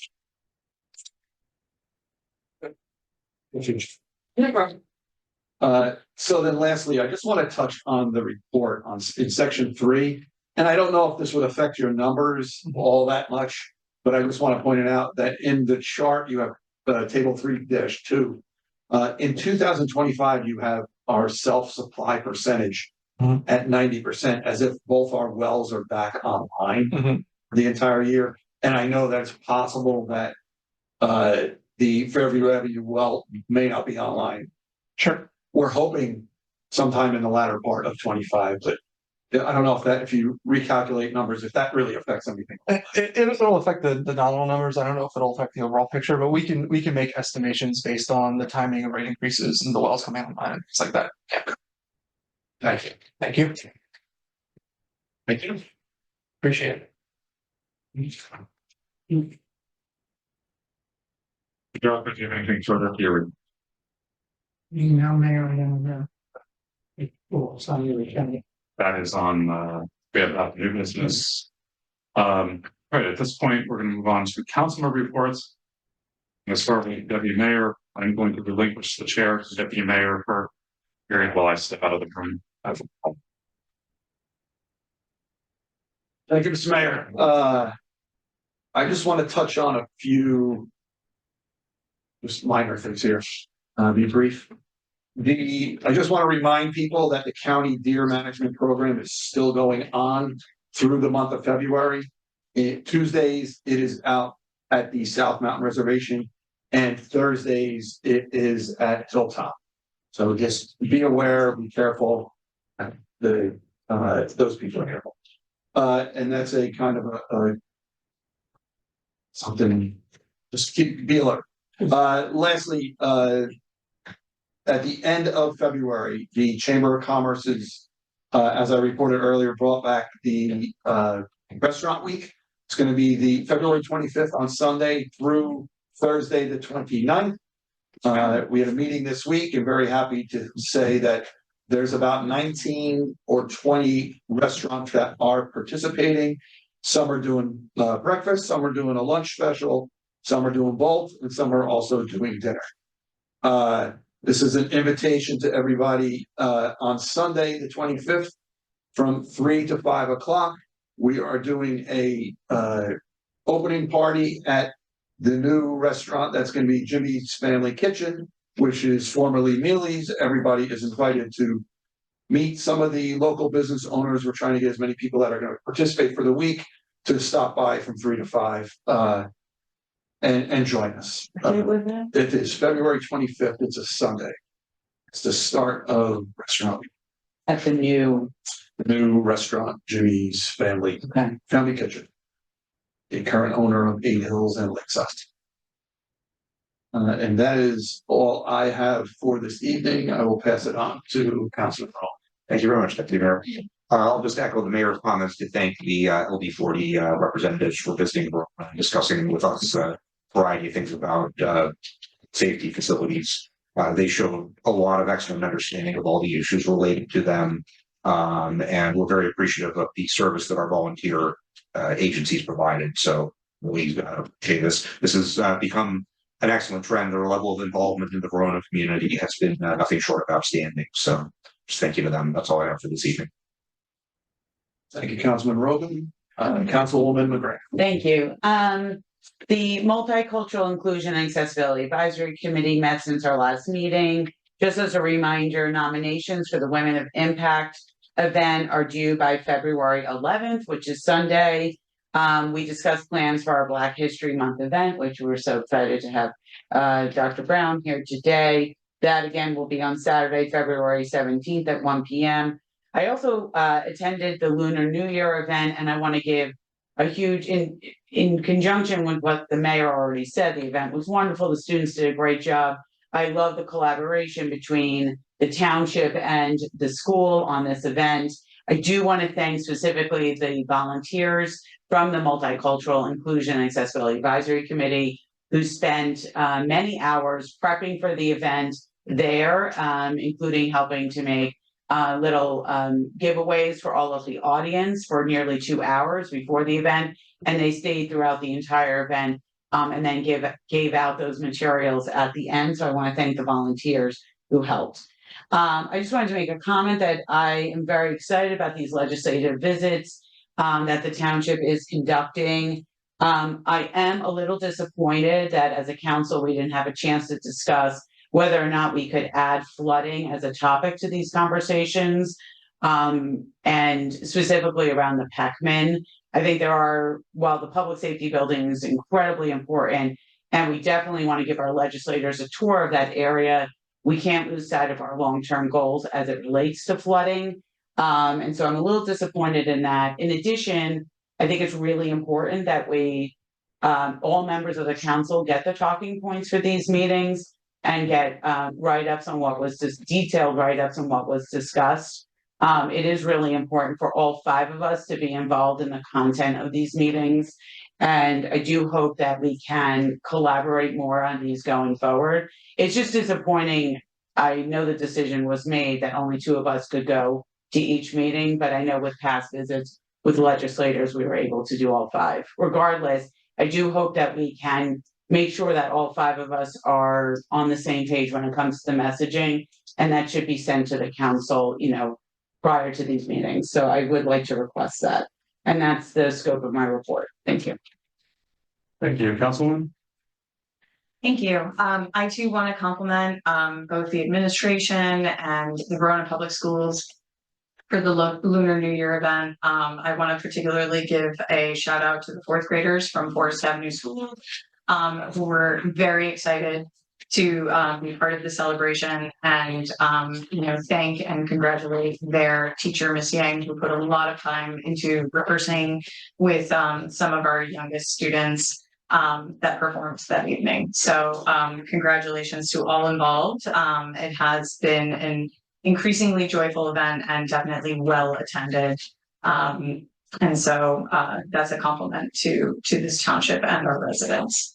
I also want to thank the administration, both Manager Diarco as well as Deputy Manager O'Sullivan, for really tackling some of the hard issues. I know that, we had our presentation on New Gen, and we've had from New Gen about the rate study, and we've had a number of challenging issues that you guys have been tackling head on. So I just want to acknowledge that. And I also want to thank you for increasing transparency and communications to our residents.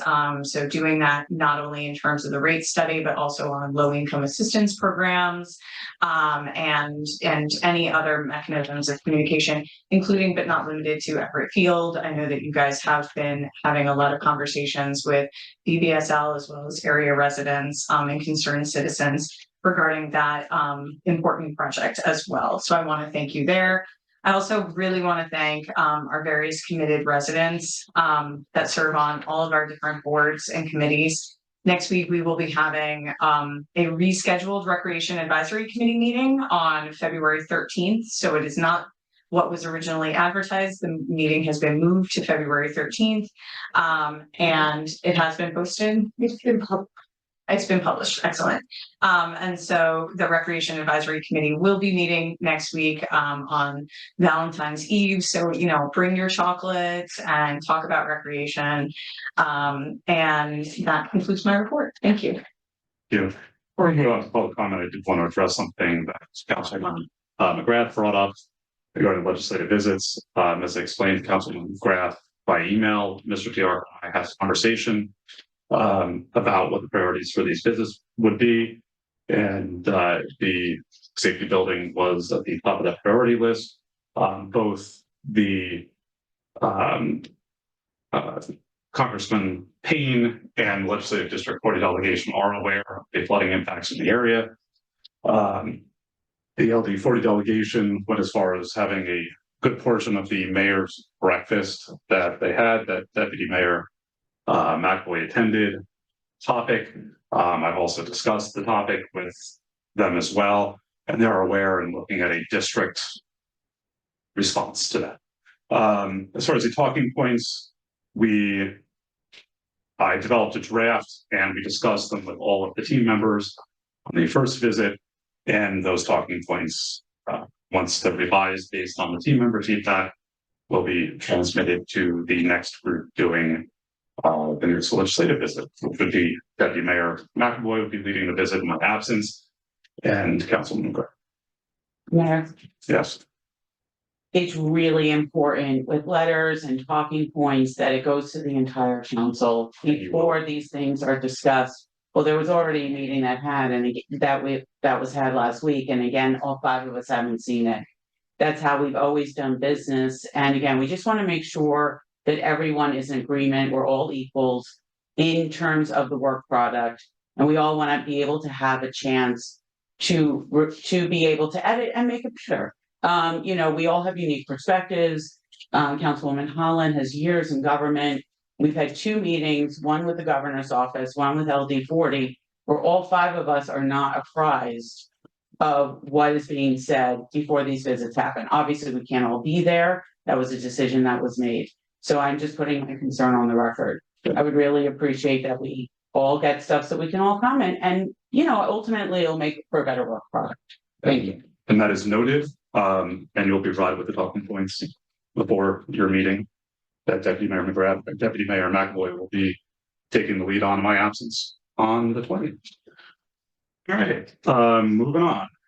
Now is the time for public comment. I'm going to open public comment. Madam Clerk, would you please read the public participation statement? Anyone from the public wishing to speak, if you are attending in person, please raise your hand. If you're attending via Zoom, you can raise your hand by pressing the raise hand button on your monitor. If you're dialing in by phone, please press *9. When you're recognized, please state only your name and township and residence for the record. If you provide your street address, please note that these meetings will be posted on the YouTube channel and addresses will not be redacted for any purpose. You'll have 4 minutes to address the council and or administration, and there'll be no cross dialogue during this time. After everyone wishing to speak has been heard, the council and administration may address your comments and or questions. It's open. Thank you, Madam Clerk.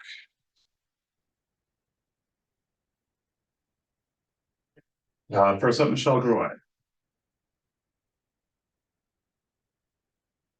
Hi, good evening. Do we have to discuss water sewer or are we allowed to make a comment Discuss. on? You can discuss whatever you would like. Oh, thank you so much, Mayor. State your name and your township residence, please. Sure, Michelle Gruet, and I live in Verona. I wanted to thank the town council for their support of the accessibility playground at the Verona Community Center. And I encourage you to seek input from the disability community in Verona when creating this playground, as well as the potential playground at Everett Field. It's crucial to elevate the right voices when making these important decisions. Thank you so much. Thank you, Tom. Anybody else?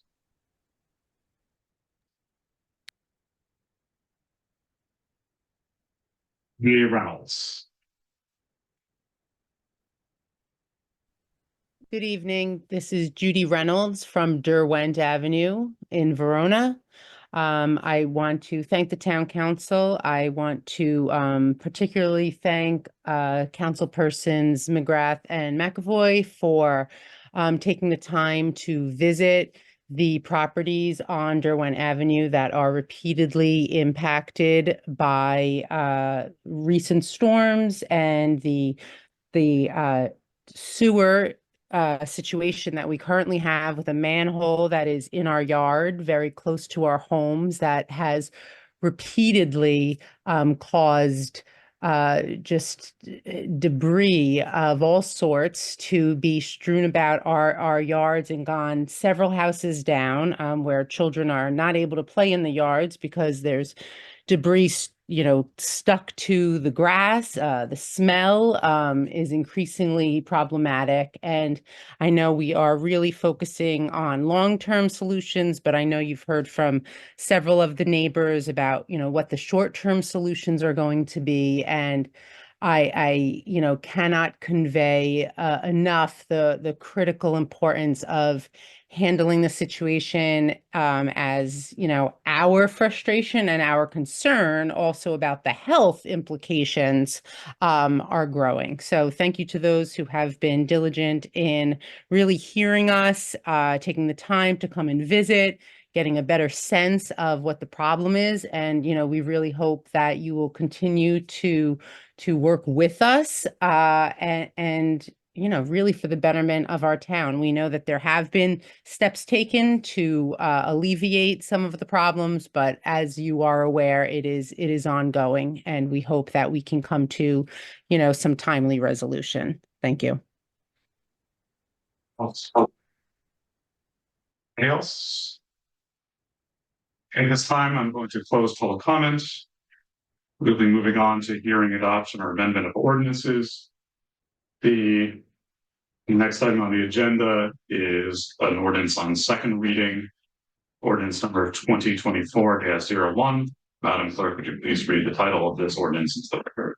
Bond ordinance providing a supplemental appropriation of $510,000 for the accessible sensory playground and adult exercise area project at the community center and by the Township of Verona in the County of Essex, New Jersey, including $200,000 community development block grant expected to be received, and authorizing the issuance of $510,000 bond or notes of the township to finance the cost thereof. Thank you. Is there a motion on the ordinance? So moved. Motion is made by Councilman McGrath. Is there a second?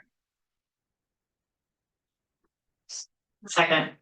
Second is made by Councilwoman Holland. Now it's time for public hearing on ordinance 2024-01. We have read the public participation statement. Just note that participation will only be on this ordinance.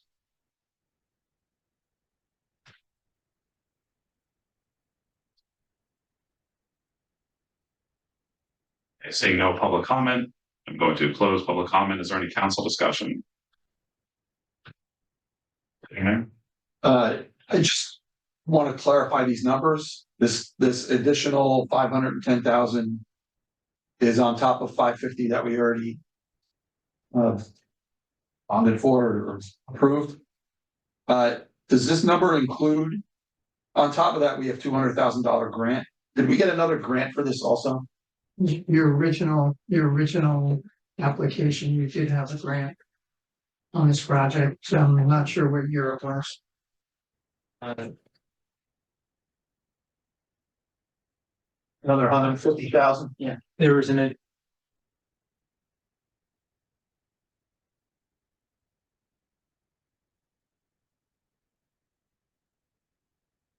And there was donated exercise equipment as part of this project from a community organization. And just for clarification, that organization is called Partners for Health, based out of Montclair. Appreciate it. Yes, Councilman. I just wanted to comment in support of this playground. First of all, I think it's tremendously helpful. There's been a lot of community feedback about it. It went through the rec committee more than once as it was redesigned.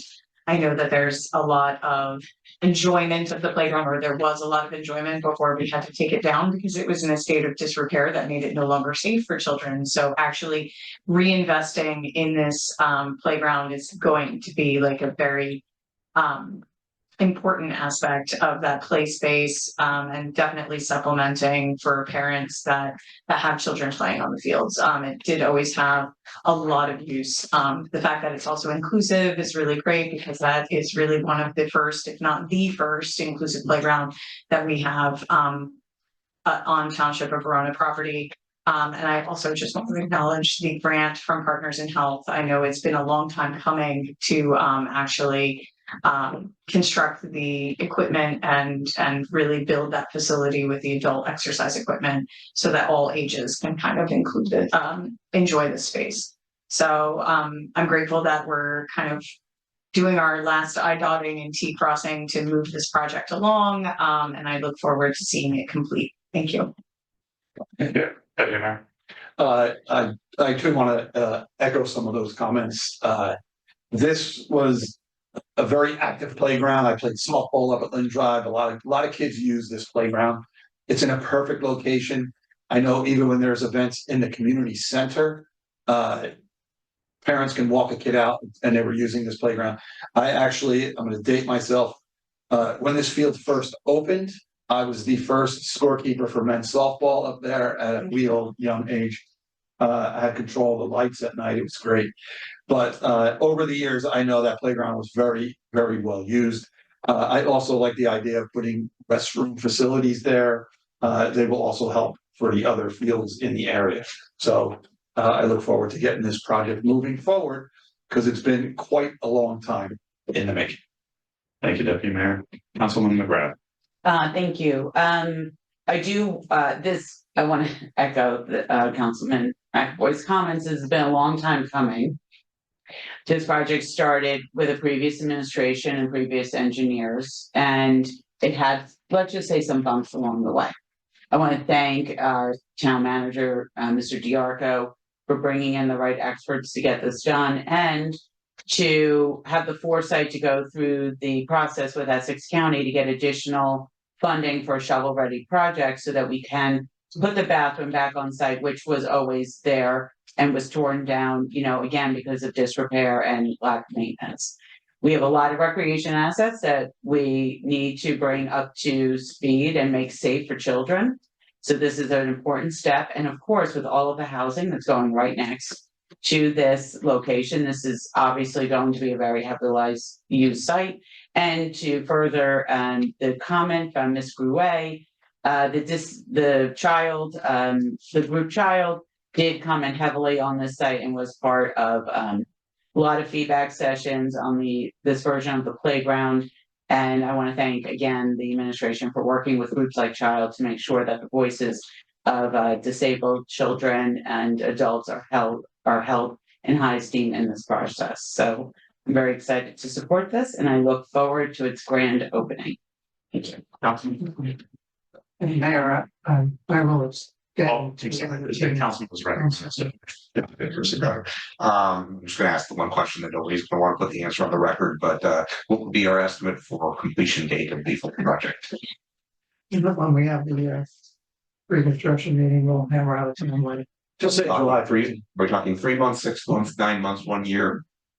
Really, I think the rate is, usually, I think that that's probably gonna be the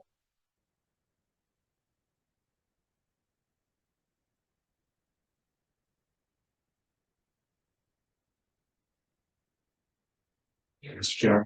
I just want to, I will extend your comments to the staff teams that worked on this with me. You've got some great teams here. Thank you.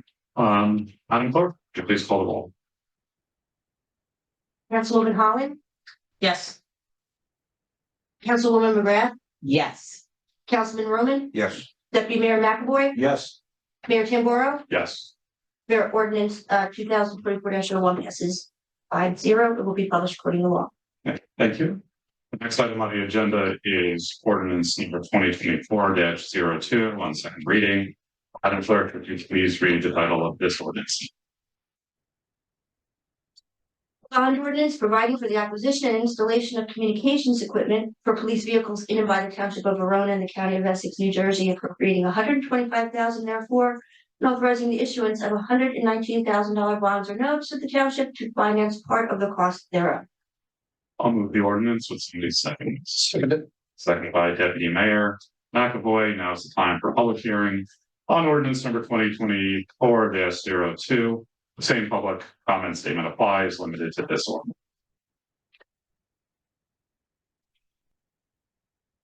Seeing no public participation, I will close public comment. Any council discussion on this?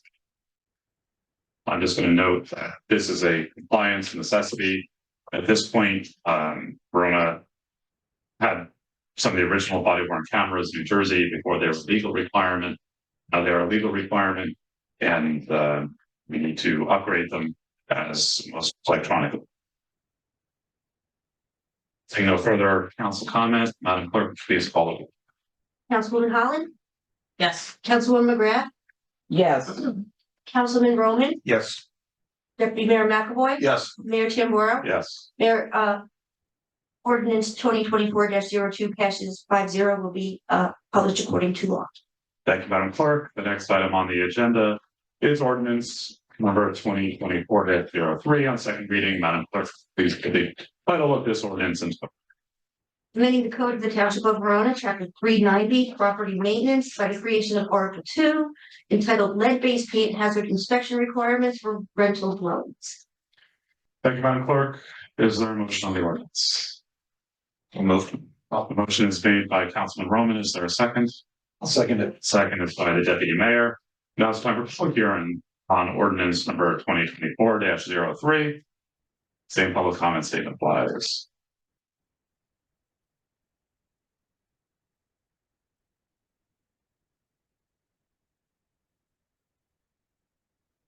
Being no public comment, I'm going to close public comment at this time. Is there any council discussion? Councilman Roman. Just one little thing in here. Can we put a definition, or there's no definition for XRF lead inspection here? It just appears in the fee schedule without any, $150 per unit per lead free, without any real explanation of what that is. XRF. Is it Mr. Mayor, if I may. Yes, please. XRF is a device they use to determine how much lead is in the layers behind. It could be like wood, but the first layer could be latex paint. This will determine how many layers of it. It's a very expensive piece of equipment. Okay.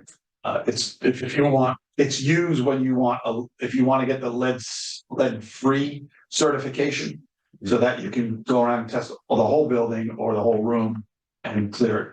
Okay, so that's a well-defined industry term.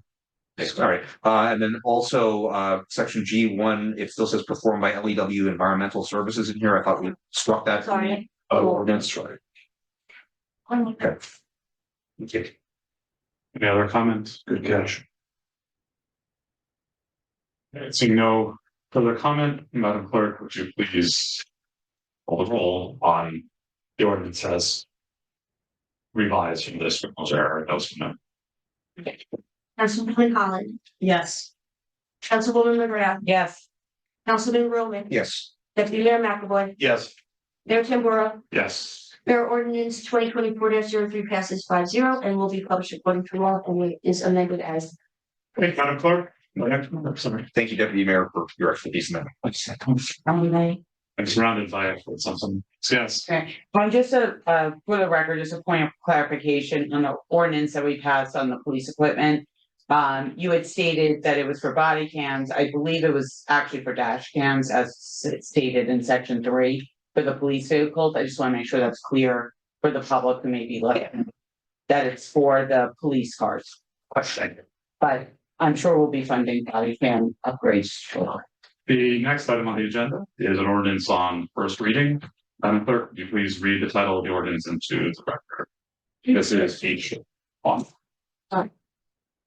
Repealing chapter 455 stormwater management of the Code of the Township in its entirety and replacing with a new article 20 article XXB stormwater management controls and requirements within chapter 50 of the zoning code of the township.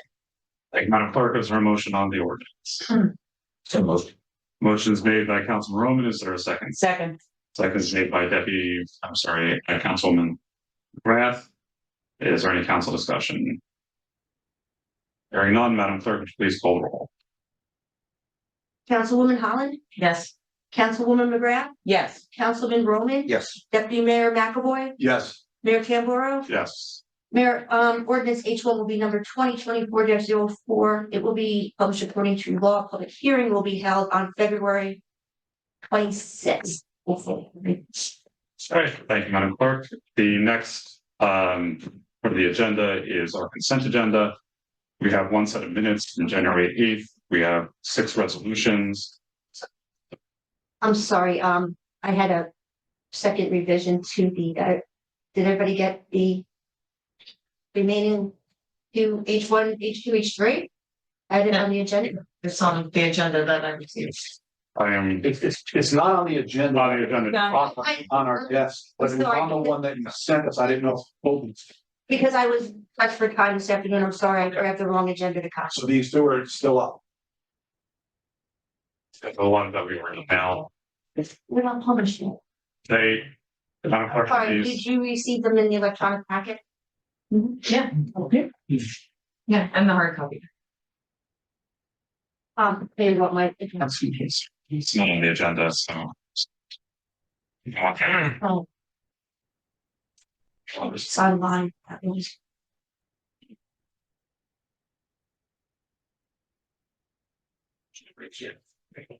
That's the advice of Daniel, for whatever reason, the printed agenda did not include this thing.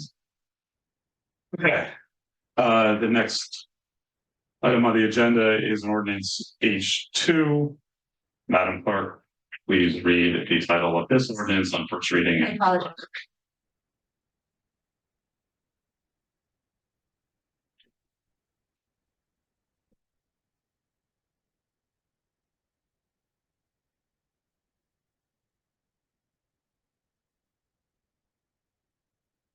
Ordinance repealing chapter 455 stormwater management in the code of the township to create an article 1, chapter 455 stormwater quality in the code of the township.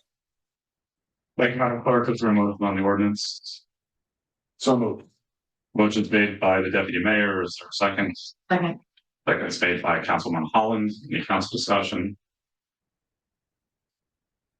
Hearing none, Madam Clerk, would you please call? Councilwoman Holland, Yes. Councilwoman McGrath, Yes.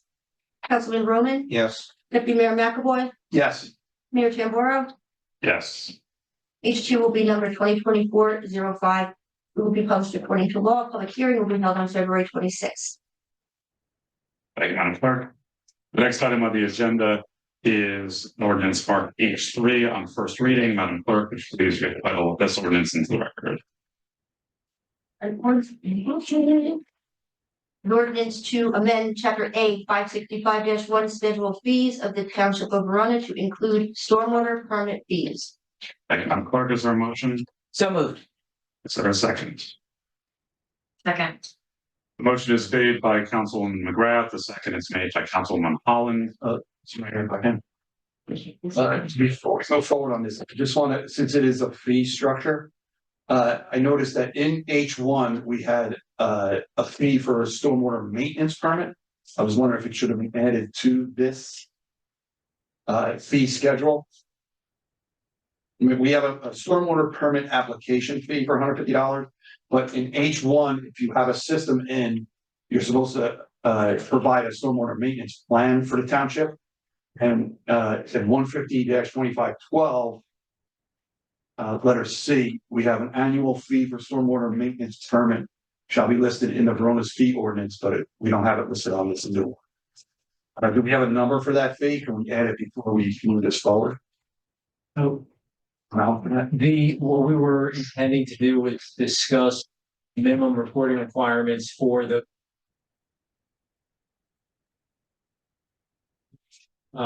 we need to work with Boswell to come up with some templates on what and minimum requirements. So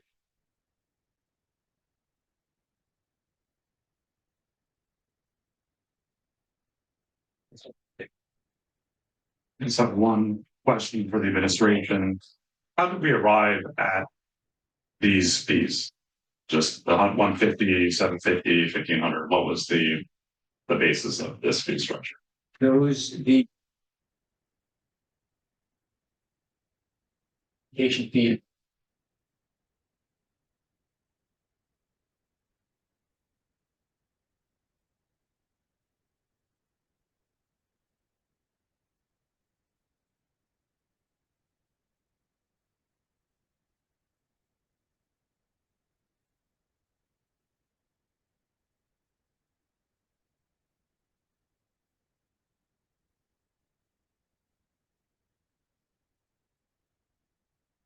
Okay, so thank you. I just needed clarification that these were the original escrow fees and not what you've been done in totality.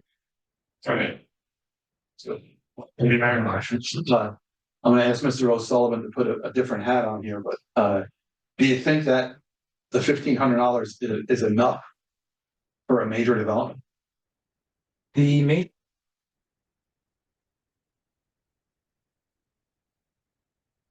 there's going to be additional applications for professional stormwater management. So this will likely at some point through the review process. Thank you. Any other questions, comments? Hearing none, Madam Clerk, please call the roll. Councilwoman Holland, Yes. Councilwoman McGrath, Yes. Councilman Roman, Yes. Deputy Mayor McAvoy, Yes. Mayor Tamboro. Yes. Mayor H3 will be numbered 2024-6. It will be published according to law. Public hearing. Oh, these are not public hearings. It says it going to. Sorry. The public hearings for, March 11th. And I'm sorry, I'd like to correct my statements for the previous ordinances. I forgot that they need to go to the planning board. Our expected public hearing date for all three ordinances, March 11th. Thank you, Madam Clerk. Okay, moving on to the consent agenda. There is one set of minutes, January 8th. There are 6 resolutions and one transfer to actually enlarge the breadth of a liquor license. I'm sorry, Mayor, we can remove that, the ABC, as one more item. Hopefully we should have that on future meetings. Changing L1. Correct. I'm going to pull K2 from the consent agenda. Okay. I'd like to move the consent agenda K1, K1, K3 through 6. So, motion made by the deputy mayor. Is there a second? I'll second. Seconds made by Councilman Roman. This time I'm going to open for public comment on the consent agenda items only. Same public comment statement applied.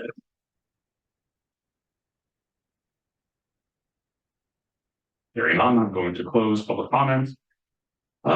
Any council comments on the consent agenda? Just on K4, the sludge disposal, are we changing our destination for where our wastewater treatment plant sludge go? Okay, so this is a renewal.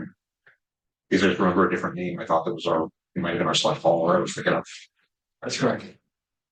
Any other discussion? Thanks. Hearing none, Madam Clerk, would you please call the roll? Councilwoman Holland, Yes. Councilwoman McGrath, Yes. Councilman Roman, Yes. Deputy Mayor McAvoy, Yes. Mayor Tamboro, Yes. Mayor K1, K3, 4, 5, and 6 will be numbered 37 through and including 41. Thank you. I asked K2 to be pulled off. Because I have some comments, but I will move it for the sake of discussion. Is there a second? Second. Second by Councilwoman McGrath. We'll hear a public comment on resolution K2. Say public comment statement applies. Very on. I'm going to close public comment on resolution K2. Open council discussion. This is a resolution to recognize the manager's appointments for some professional services. I brought up some concerns last year with this process, and I want to reiterate those. The way that effectively that we're doing this, we're putting out an RFP, and on some of these, not all of them, but on some of them, almost everybody put an RFP was listed. So we have like 4 options for paper council. We have 4 options for X, Y, and Z, but only 1 option for others. My concern is there are several. I have some substantive concerns on some of the professionals that being put on our list and about their competence in being able to handle our business. So that's issue number 1, and I'm not going to air that necessarily in public. But the second piece of this is that when we do these appointments, whether we use somebody on the list or not, they can represent themselves as a labor council for Verona. They can put it on their bid that they move on to the, send into another town. And I think that's problematic when we have multiple different individuals who we may never use. I was also a little taken aback by having 4 different planners when we had a very long substantive discussion on picking a planner not too long ago. And I had been uncomfortable with having different planners dealing with different items. So I would like to table this until we can have a more substantive discussion individually. We have pages and pages of documents from submissions and things like that. And I have some concerns I would like to address directly with Mr. Diarco about some of these, but also I wanted to put out there that I think with the planner especially, we should have 1 planner for several of the other items. For the township engineer, we should have Boswell. We should, so on. We should have 1 designated. I understand the point of having additional options if we need them, but I would feel better if we limited having multiple professionals to a situation where there's a conflict or an area of expertise that we would require that for. But we have 4 redevelopment attorneys listed. We have 1 bond counsel, but multiple people put in to be bond counsel. And so I just need to understand, I think our bond counsel does a great job, but I think we need to understand maybe a little bit more about the process. Mr. Diarco, and then have an opportunity. I don't know if that's a closed session item, not. But it might be an outside of the public venue item, because frankly, I'm not going to share my opinions on the conduct of law firms in public, because they're lawyers and they don't like that. But at the same time, they got to capture kind of your methodology. If there's anything you want to throw in there, Mr. Diarco. Yes, thank you, Mayor. It's basically the process I introduced when I first got here, more or less to give me a variety of professionals that we can look to. I normally don't put all the eggs in one basket. You can see that with some of our engineering projects. Some of them are so large and complex, I'm not putting them all in one engineer per se, so that I can finish projects in a timely manner, which there is timetables on almost everything we do. The town attorney is the mayor and council's, planning board attorneys are the planning board, and the zoning board is theirs. All the other professionals, it's a go-to if I need another professional, that does come, I'll recommend a professional for a specific project, and it goes to the council because it has to be funded. It just gives us an array of professionals that I can choose from. I have no specific predisposition to any of them. They can list, we can list them, and then it gives me that ability not to advertise again. If I have a project that comes up, you have a project that comes up that's a task that's given to me, and I have to find the professionals, which means I have to advertise again, I have to go through the process again, I have to get it on the council. It slows your timetable down. Professionals that list us hypothetically that I haven't used, 99.9% of the time, the town administrators or managers call and look into is exactly what I did hypothetically with NewGen. I researched the firms that we had, and that was the recommendation I made. It's the same concept. It just accelerates our process of all the professionals that we have the ability to use. The ones that are in your purview are in your purview, and the town attorney and I discussed which ones are the mayor and council purview of the planning board and the zoning board, and which ones are ours.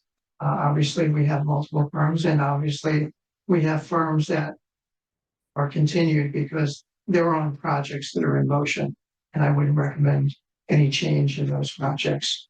I don't see it as hazardous as you feel. I'm not sure the reasons that you may have, but none of the firms are on any of the State Department lists. So for me, listing them doesn't mean I'm going to recommend firms to you, but if we need them, I have a list of firms I can go to. And that's kind of the essence of that.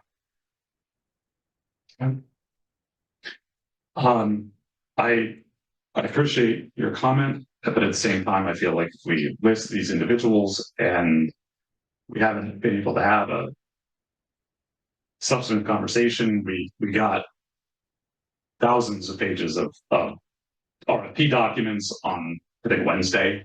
And some of these places firms I'm more familiar with than others.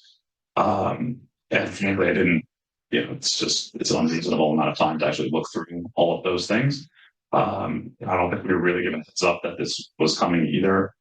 So my concern is that if we have this listing out and one of these firms listed as like a labor council, we don't want any of them. You put forth like a council to go ahead and spend money for this firm. We don't like it. Does that cause us a legal issue if we don't choose one of the firms that we're now recognizing as part of the RFP? Or can we go to any firm if we don't like whoever's on this list? You can go to any firm. Excuse me. This is just, for lack of a better word, a pre-qualified list. So if you wanted to use the expertise of any of the firms here listed, it allows you to do so without bidding because they already bid, they responded, you have their qualifications, you've affirmed their qualifications. So as the manager said, your control normally comes to the budgeting process. With regard to attorneys themselves, I can tell you that this is not an uncommon way that it happens. All the counties that I know of do this where you apply and they just go down the checklist. If you put all the documents in and you're qualified, you're not disbarred and all that other stuff, you have insurance, you'll be qualified. More likely than not, you know, a lot of firms don't get any work because there's not enough work to give all the firms, and there are, you know, firms that do lots of work. It's just the way it is. But I certainly understand, as the manager does, your concerns. If you want to review it, there's no rush to get this done tonight. If the council's not comfortable, we can do it, you know, next week, or when I say next week, you know, the next regular council meeting, which is 2 weeks. Next week's a special meeting. We'll definitely have a little more time to sit down and discuss some of these items. There was one with the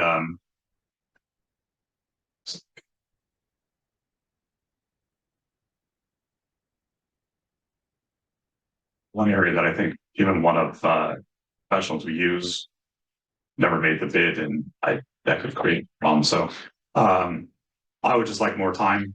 If I'll either make the motion to table the discussion on this, or if Mr. Tiarco would like to give us a little more time, that would be fine with me either way. I'm fine. Everyone I'm using currently is a carryover. There's no issues with the ones that already have projects. You're okay pulling this? Yeah, well, be more than happy to have a discussion. Thank you. Okay. So we'll consider the resolution pulled by the manager, and we'll put it up for another discussion. All right, we are moving on to new and unfinished business. I'm going to move up. There was a walk-on resolution that we need to add due to a time constraint. I'd like to get this out of the way first. Sullivan. Sure.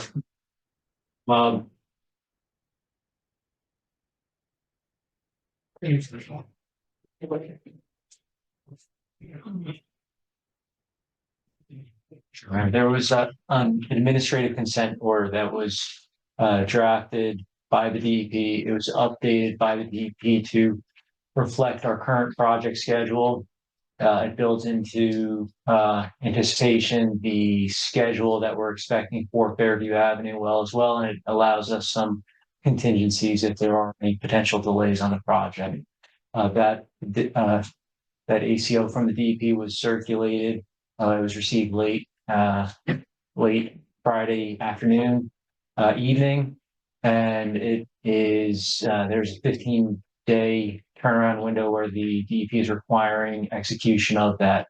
It's an order of housekeeping that the DEP is going through all of their towns with drinking water wells and filing ACOs to confirm that the PFAS contaminants are being managed in accordance with the requirements and obligations of each of those utilities. This ACO just accomplishes the same thing and really effectively substantiates all the projects that we already have underway. There's an accompanying resolution, the authorization to execute that. Thank you. Anybody from the council like to move this? The motion's made by Councilman Roman. Is there a second? Second by the deputy mayor. This time we'll open for public comment on the walk-on resolution. Public comment statement applies. No public comments. I'm going to close public participation. Any council discussion? Seeing none, Madam Clerk, would you please call the roll? Councilwoman Holland, Yes. Councilwoman McGrath, Yes. Councilman Roman, Yes. Deputy Mayor McAvoy. Yes. Mayor Tamburro, Yes. Mayor, sorry, resolution, walk-on resolution, passes 5-2. And will be numbered resolution 2024 32. Yes, thank you. Next on our new and unfinished business agenda is the discussion on 2024 pool fees. For the purposes for the public and for the council, we are bifurcating this discussion into two pieces. The first piece will be all applicable fees with the exception of the fees related to volunteer fire and EMS in Verona. And in the second part of the discussion, I will recuse myself, relinquish the chair, remain silent. While the deputy mayor runs that meeting, as I am a member of the Verona Rescue Squad, while they do not take a free full membership from the township, or for the purposes to avoid any conflicts with stepping down. But in the same vein, if any council members do take a full membership on the standard full membership, I'm not suggesting that they have a conflict, but I think it'd be helpful for the public to know out of transparency who takes a full membership and what classification of membership they take. So Diarco, you're up. And my CFO is here. David would have been here, but he's sick tonight. He called in sick. He's out. Some of our staff is out. There was a report circulated from the subcommittee of the full advisory group to the recreation advisory body that came up to the mayor and council. The fees that are listed or recommended for you come out of a combination of their recommendations and administration's recommendations on the pool. Obviously, the pool is again a self-liquidating utility. Our efforts are towards having it balanced so that you don't equal the expenses, and that's the bottom line. All right.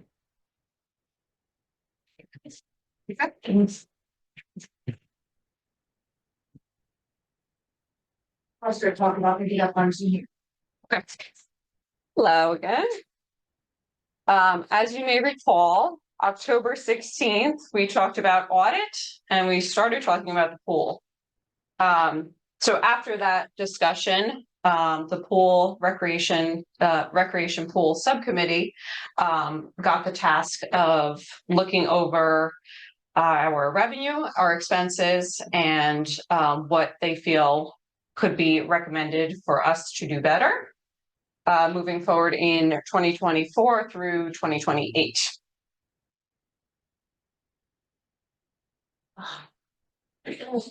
Welcome to it. Okay. You can go, I'll just bring it up. So first slide is the summary of our operations from 2023. In 2023, the pool generated $706,073.61. This was $95,000, $95 or what was anticipated for 2023. From ARP funds and 100 from pool fund balance. Were 781 9% of the total budgeted amount. As I've told you, we need to use less fund balance moving forward. In same thing like the water rates, it's the same idea. We need to use less fund balance every year and still stay self-liquidating and keep moving forward. That way we don't have issues moving forward. A reminder, 2024, it's the last year to use ARP funds as lost revenue. In the 2023 budget, as you could see, the pool was very tight, being at 96%. These are the items that were covered in other budgets that were not covered in the pool, but should have been. You will see it's about $34,000. Not included on this list, but something we could discuss because I know that we've talked about how to be more transparent and also how to have the utilities cover what their actual purchases are, including when recreation does badge pickups. That is not being charged to the pool. DPW is currently, there was a change in 2023. We had an outside company who did landscaping. DPW now is doing landscaping because we were so tight in 2023 for funds they are now covering that. So that again is not being charged to the pool, but definitely should be and could be. Building and grounds, when they open for preseason, they're there from as soon as it's nice out, April, May, as soon as it's nice, they're there and they are working to make sure that the grounds and the pumps are working and everything is working. That is currently not being charged to the pool. We've talked about the water usage. The water is currently not being charged to the pool. So water and sewer are every resident in Verona is basically paying for the burden of the pool and all the water circulating through it. So those are just some of the ideas that we've talked about, and how do we get it from being paid out of other budgets and into the pool. But just something to keep in mind. The past few years, you can see that our chemicals per gallon have gone up from $1.26 per gallon. Last year was $3.24 per gallon. I asked Building and Grounds to get me an updated rate for 2024. He believes it will be around the $3.24 mark. Our debt service, as you can see, that has increased as well. Our COVID emergency will come off in 2026. Well, in 2027, 2026 is our last year for the COVID emergency. Also, some of our larger debt from previous bond ordinances roll off, but we have not permanently financed the splash pad. There are in the pool, the Rex pool subcommittee's recommendations as far as more citing the large pool, some furniture upgrades. They mentioned the sandbox, which I think is the volleyball area. We've talked about the basketball and the tennis courts. So there are definitely going to be more expenses, but this is a projection. Obviously, I don't know what note rates are going to be moving forward. So 2025 through 2028 are just estimates. Minimum wage for seasonal employees has increased as well. It was $8.85 in 2019. It will max out in 2026 at $15 an hour, but that after that is to be determined on what they decide moving forward from that.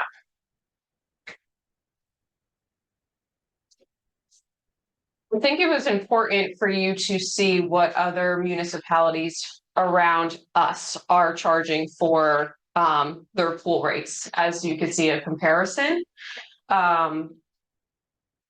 West Caldwell, which is currently hosting quite a bit of municipalities. So West Caldwell has their own rates specifically for West Caldwell residents. They have a specific rate for Caldwell, Roseland, Fairfield, and Essex Fells residents. And then they have a separate rate for Montville, Tawaka, Little Falls, Pine Brook, Cedar Grove, North Caldwell residents. So I think it's important for you to see all of those, as well as Cedar Grove and what they are charging. These are 2023 rates. These are not 24 rates. 24. I haven't seen anything on rates yet for any of these, but I think it's important as you make decisions moving forward to have this as a comparison as well. On the left, you'll see the average swimming pool membership cost for the other towns. Family membership is $605. Couple membership is $519.75. A single membership is $378.25. A senior membership is $232.50. A parent child is $519.75, and the babysitter flat fee average is $208.75. The rec pool subcommittees rates for 2024 were family membership of $575, a couple membership of $500, a single membership of $365, a senior membership of $175. There was no increase for seniors that I could find in any of their documents. Parent-child was $475, and a babysitter is what I'm calling $55. And that comes from Their recommendation with family with a babysitter is $630. The difference between a family with a babysitter of $630 minus their recommendation of a family membership of $575 is the difference of $55. The other municipalities are charging a flat fee for an added person. We've been calling it a babysitter. We can discuss language further on that, but an added person of an average of $208.75 in addition to some of their memberships. So that's why that babysitter fee difference is $55. The chart at the bottom, so it's important to reference that the pool subcommittee did have a lot of new revenue items that they had suggested, and I thought they were great suggestions. However, I can't anticipate that in 2024 as revenue since we don't have any proven facts of what that will be. So the scale may seem a little skewed to some, but on the right, there is a scale that has all of our revenues, all of our memberships, based on the rec subcommittee's recommendations. The yellow line is where the increase of appropriations has been across the board. We haven't fully talked about pool yet, but our budget for 2023 was $811,000, based on all of what we've seen in the past year with not being able to cover all of the items in the budgets. I would recommend it being closer to 950, which is a large jump. It also covers our debt. Our note interest has increased in comparison to 2022. We will get to that in the next meeting, but that's why you see it consistently kind of go up a little bit.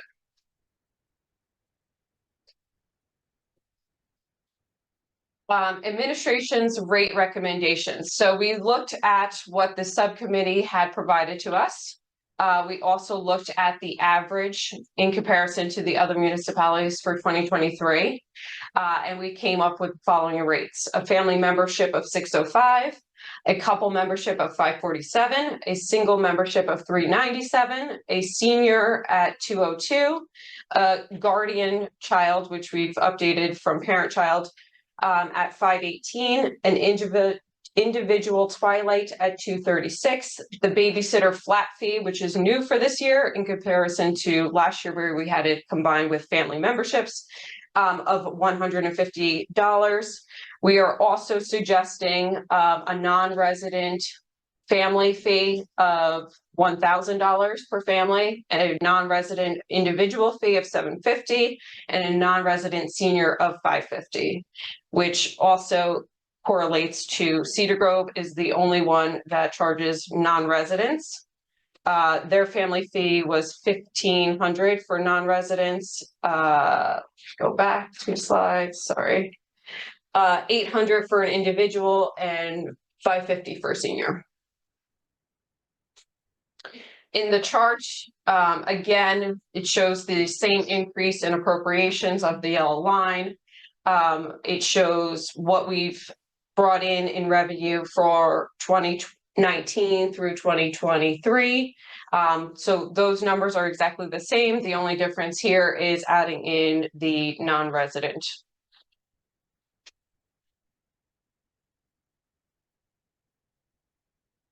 Questions? Yes.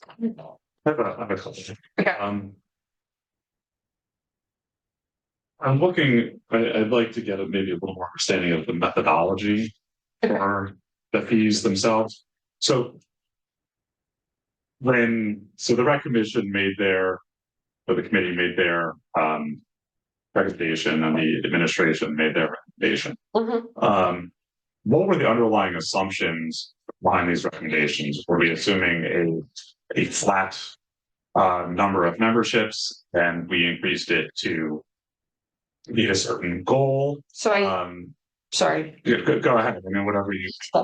I used what memberships were from last year to use both assessments. So was there any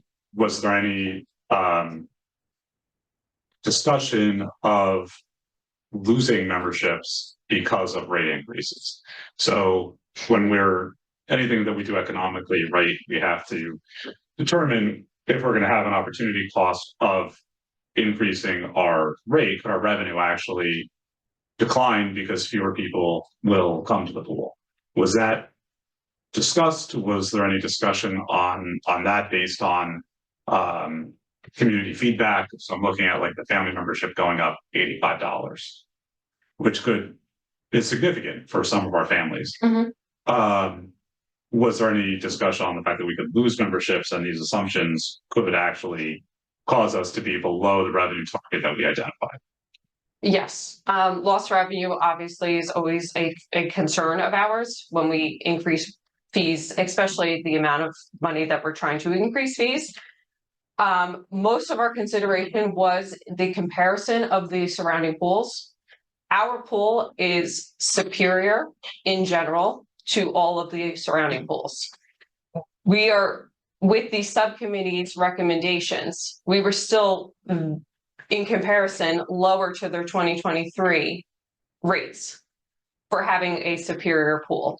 That was one of the biggest factors that I could say drove the numbers up. We took the average of what the other municipalities were charging and basically assumed that for 2024, when that's their 2023 rate. Assuming that their 2023 rate is probably 2024 rate will probably go up, and we will still be not in the average. So it begs an interesting question, right? In that if our methodology was to try and match other pools, we really don't have our residents shopping for other pools, because if you look at the out-of-town memberships for Cedar Grove, it would be prohibitively expensive for one of our residents probably to go there, and they're not going to go there to offset this cost, right? So it's probably for them, either they're coming here or they're not going anywhere, right? So I don't know if that satisfies that kind of quantity-demanded curve in order to figure out what exactly that number should be based on the price.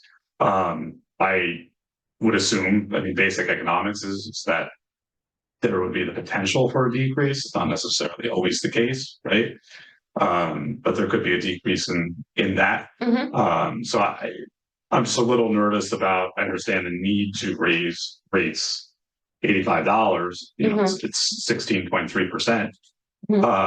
As has been noted, but at the same point, that's a significant increase. Now we are offering more as far as the splash pad is done and things like that, but not all of your families are using the splash pads. They're not using the baby pool. They might be using other things. So I think that would be my first area is that I'm trying to think of if there'd be a way that we could make some economic forecast based on the potential, what we think lost versus gain memberships might be, and then the revenue associated with that in order to support this. I think that's probably issue number one that stands out. I think whenever we look at anything, we see 15% increases. It does beg the question from us in that, are we going to be able to have a viable utility if we don't do this, but are we going to be able to have a viable utility if we do, in fact, raise these rates in such a manner? So that'll be one thing. The other piece I was looking at is the non-resident family. I know one of the things that came out of the survey was that the members were a little less enthusiastic about having non-residents participate, but looking at the 1,200, I wonder if that's there. Would we expect any revenue from this? I mean, it would seem like we would need to have a substantive conversation on whether 1,200 is a number to stop out-of-town residents from joining, or whether it's to entice people. I mean, very simply, if we don't want out-of-town residents, my recommendation would be that we don't have a fee for we just don't let out-of-town residents in. But if we're going to have a $1,200 fee, it just seems like we might be able to get higher revenue, maybe at a not exactly the same rate for residents are paying, but maybe a little less than $1,200, and that we could more substantially compete with the likes of our neighboring towns. And the same thing for the individual and senior. I have a wondering about that. I know another thing that came out that I was contacted about a lot last year was the guest pass rate for adults. And at the $45, now I know we have the guest book available. But I'm also looking at the guest book prior to Memorial Day weekend is $100. So you're getting effectively each pass for around $16, $17, right? And then after Memorial Day weekend, you're getting passes for $20. So even at the 45, it just seems like it's a little out of whack when we're charging less than half of that on the book rate. Now, ideally, of course, to meet your revenue projections, people would use that, would not use all their passes, right? Now, I want everybody to use their passes if they bought them, but people may not do that. So my thought is that if we examine actually lower the guest pass rate, now this isn't a day pass, it's not like people are going to show up. They have to be brought in by a member of the pool, and that member may not want to buy 6 passes if somebody's visiting from out of town or whatever. Maybe they just want to buy one, but $45, it's like $45. You could do a lot of other recreation activities. Now the Verona pool offers a lot, but you could go to many other things for $45. So my thought is maybe lower that significantly in order to maybe entice people to buy the one pass as well. If we're trying to look at earning revenue, sometimes having higher prices does not equal higher profit. Revenue and profit are very different, right? And revenue is whatever money we're bringing in, but profit is at the end, ideally we're breaking even with a little extra fund balance, right? But are we in fact doing that? So I think these are some questions we have to ask, and looking at some long range information would be helpful on that. And some of the other things, not just the fees. I had some comments on the other items, but it's your purview, so I'll open it up to the other council just on the. Sure, I'm happy to comment. Yeah. Can you speak about the concept of the permanent babysitter charge and how it's distinct from what is currently in the pool rates, and how that would maybe relate to the guest pass concerns that the mayor was just speaking of? So the babysitter fee, how it has been done in the past has been a family membership, and then adding on the additional babysitter badge added onto the package, basically. So this would be taking it out of a family membership with babysitter package, and you would be allowed to, depending on what the council decides, which membership you would allow to add the a la carte additional badge to. Currently, it's not offered for any other memberships, how it's been done in the past. So maybe a parent-child will add an additional caregiver to help out. I am a single parent, so maybe a divorcee out there will want this for a caregiver. I have 2 children. I also have a pool membership that I pay for. So, this may be one of those items, an a la carte item that, okay, I can bring my mother with me and, she can assist with that. This is effectively, though, giving you a permanent guest pass for the entire season instead of having to purchase individual guest passes for the remainder of the season, correct?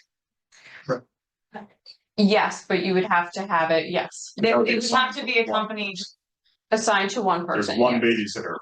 So it's fine. So- It's not, you can't bring this. But it's no different than how it currently is being done. It's just charging a separate fee for it.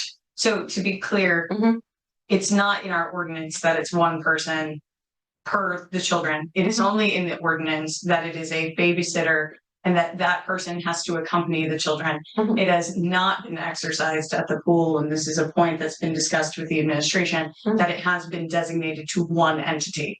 It has been used as a permanent guest pass, so long as that person is they are using the babysitter tab Mhm. and they are accompanying the child, but there is not like a photo registration associated with that babysitter membership, is my understanding from communication with the rec committee and the acting director of recreation.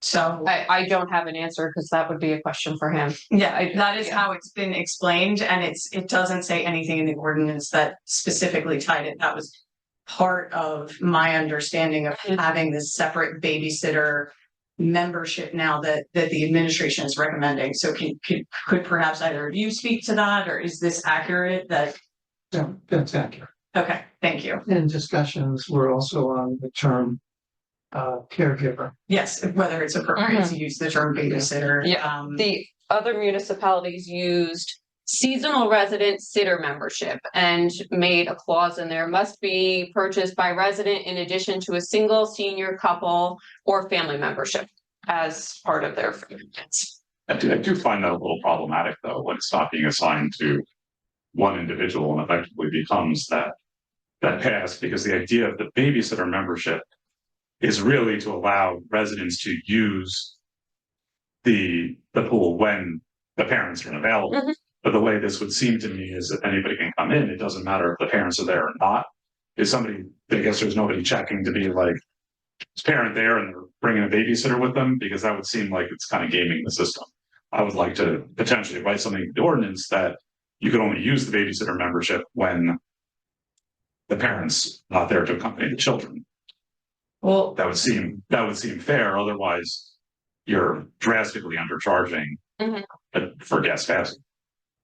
if I may, like the counterpoint to that is sometimes people do need an additional caregiver if they have a special needs child or underage children at, what is effectively a very large aquatic center. So 2 young kids. yeah, exactly. So to have a caregiver go along with you, you are paying that additional premium membership to have that additional caregiver with you. And, I actually thought it was a reasonable way of accommodating some of the concerns that the Citizens RE has, voiced about the guest passes, right? There was increased money gained from the guest passes because they were dramatically increased in price. However, we sold fewer guest passes last year than we had in prior years, several prior years. So even though the amount of money went up, it was only because the fees went up. And so, this might be a way of bringing back some of that additional revenue, and balancing some of the concerns that were voiced by the community at large about the guest fees. But continuing on with my comments, I did just also want to say that this is the third time I have gone through pool fee setting. Out of I have a 4-year term, so this is my third time doing it. And I will say that it has been a struggle every time. We continue to struggle with, matching revenues with the fee structure. And tonight presents a really interesting juxtaposition because we started the meeting with a very comprehensive rate study that went through an exhaustive analysis of our capital needs and our capital improvement projects and recommended a way of a sustainable fee structure that also accounted for, like having that additional cushion so that when unexpected projects came up, we had the funds available and needed improvements. And as you noted, we are going to need to re-marsite the pool. And we did have to redo the slides the other year, and basketball and pickleball courts and other things need to be done, and costs aren't being accounted for. And there's subsidization in some areas and there's lost revenues in other areas. And it is problematic. So I do want to just recommend to the administration that maybe there be some level of consideration. I know that we're too tight on time for 2024 to do it, but it's very unsettling about how challenging this has been and how it does seem a little arbitrary, a little just less precise than what we saw in the presentation earlier this evening. So I would really like to recommend kind of considering a more thoughtful and detailed analysis to get there. I do just want to thank you though for the effort that you've put into it and really thank the residents and the committee members that put a lot of time into it. And I know that it's not captured here and it's not really part of your recommendations, but I don't want it to be lost on the administration that there were a lot of other revenue generating recommendations made by that committee, you know, not limited to advertising revenue and party revenue and other things that the facility could be used for that could be revenue generating outside of just fee increases. That concludes my remarks. I'm just gonna follow up on the conversation on the babysitter membership. If we're having this conversation now in open session, that this is kind of basically for anybody as a permanent guest pass, then we should be calling it a permanent guest pass membership rather than a babysitter membership. So I think what we're doing is you're then effectively, this could apply to a grandparent or something like that, right? And I think we need to be very clear about who is eligible. Because I think that some of our residents miss out on this, but there's also the potential that could actually cost us a little money if you have a family that lives in town and somebody had a single membership in order to go with a family. It's going to cut out about $150 in revenue, but I think we need to call things what they are and get rid of the babysitter term and have a permanent guest pass or in advance.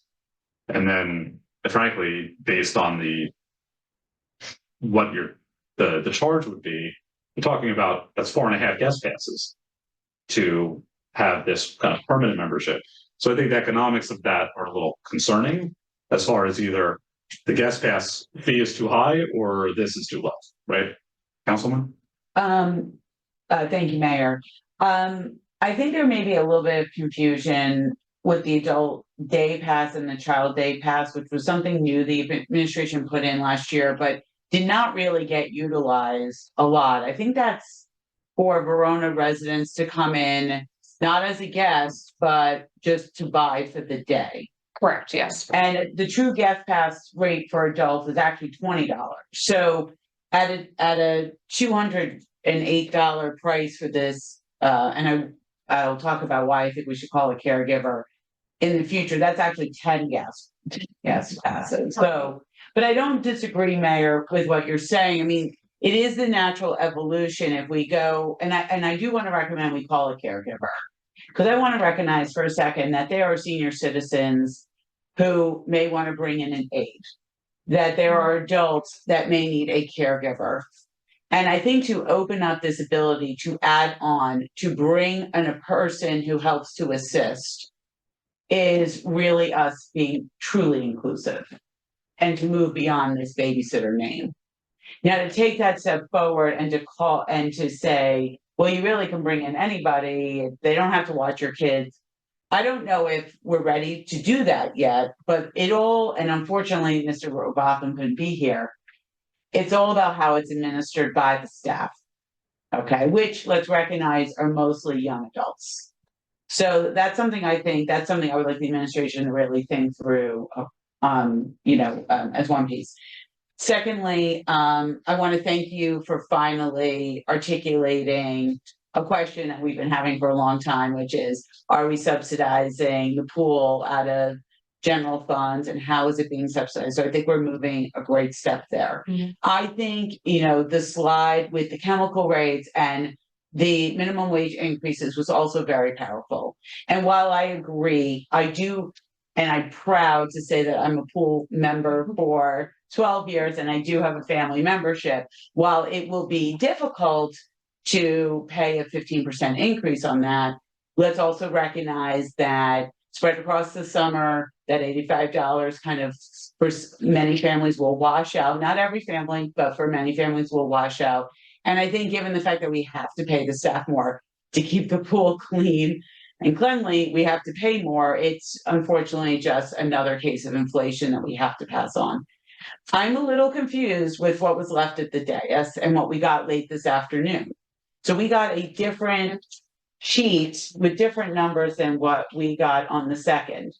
And on the second, there was more detail about the pool parties, but what was being proposed was 605, and now what's being proposed, and the babysitter rate was 150, and then this sheet that was at the day says 208. Yeah, I'm sorry, again, wasn't in today, and when I did come in, I was rushed to do this, and I apologize.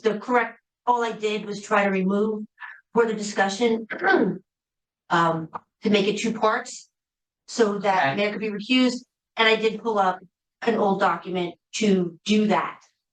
Okay, So an interoffice document was accidentally given to you okay, with the redaction of the one type of membership. Sorry. okay, so. So the recommendation is what's in in the slides. Okay, We will get you an updated fee rate. Yeah. thank you. So I just want to say that I understand that we are grasping at a lot of different ways to raise revenue. Mhm. Given the results of the pool survey and the lateness for which we again are doing this process. I'm trying. I know. I am not ready to greenlight allowing non-residents into the pool. However, I agree very hardly with Councilwoman Holland. If we could do a real rate study like we just saw in water and sewer and do it for the pool and do it early, I think it will then allow us enough time to socialize that idea with the residents. But they are very much opposed, as is evident in the survey, to letting non-residents in. But I appreciate that your job as the administration is to keep putting these decisions before us, and if it turns out the majority of the council does not want to do it, then we're making that decision knowing that we're leaving some revenue on the table. But I just want to be clear that that's not where I'm comfortable at this moment. But I could get there if we did a true rate study and we really understood the big picture. I do think that there's a lot of investment that needs to happen in this facility. There are major cracks in the basketball court. Pool lining absolutely needs to be relined. That also comes out in the survey. I've expressed my concerns about service issues with cleanliness of the bathrooms. I absolutely think we're raising rates this much, the expectation will be even higher. We have to have a cleaner facility for the members that comes out every year, and we have not done enough.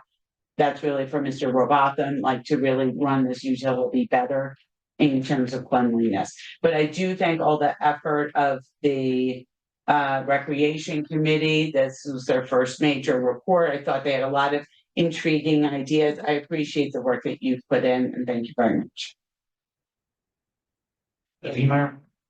Yeah, Jen, thank you. I know you're the messenger here with all these high numbers. And I, to Councilwoman Holland's point, we've done this quite a few times over the last couple of years. And I know this question came up when we were talking about improvements to the pool last year. And what gets me is people are here talking about we have to do the pool lining next year. We have all these other issues surrounding our pool, yet we came up with $1.8 million to do some new things there over in the last year. And that's what's driving these costs up. That's the bottom line. What really upsets me is, I know this came up in conversation back then, is this should be paid for by the people who use the pool. It's a separate facility. And we were guaranteed that that's what it was, yet tonight we found out that we're Township of Verona, all the residents are paying the water, we pay for DPW, we pay for building and grounds. That's not fair to all the residents of Verona, because a very small portion of residents use this facility. It's just not right, especially the water bill. And it came up at the time, none of that water for that splash pad is recycled. It all just flows off. And that is a huge, I would love to see that number from last year to last year when that splash pad was active. Not that it's a bad thing, it's a great piece of and a great draw for the facility, but we went out and bought the Cadillac when we didn't have the money to buy the Cadillac.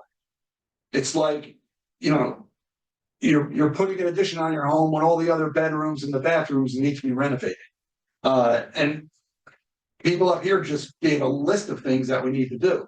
And if we don't raise these rates, we're still not able to go. That's my opinion on it. That's it. Thank you, Mr. Mayor. Councilman Roman, you can Awfully quiet. Yeah, I mean, this is a math problem, like so many things in life. I mean, I'm looking at the appropriations chart more than anything else. I'm looking at the minimum wage increase, I'm looking at the debt service increase. We don't really have much of a choice other than to pay those things. I am worried about my favorite phrase, price elasticity of demand. That we do run the risk of losing revenue by raising rates.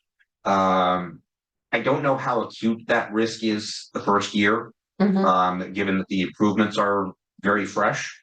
I worry about it more in the long term, particularly if we stack more sort of maintenance capital onto it, is my worry.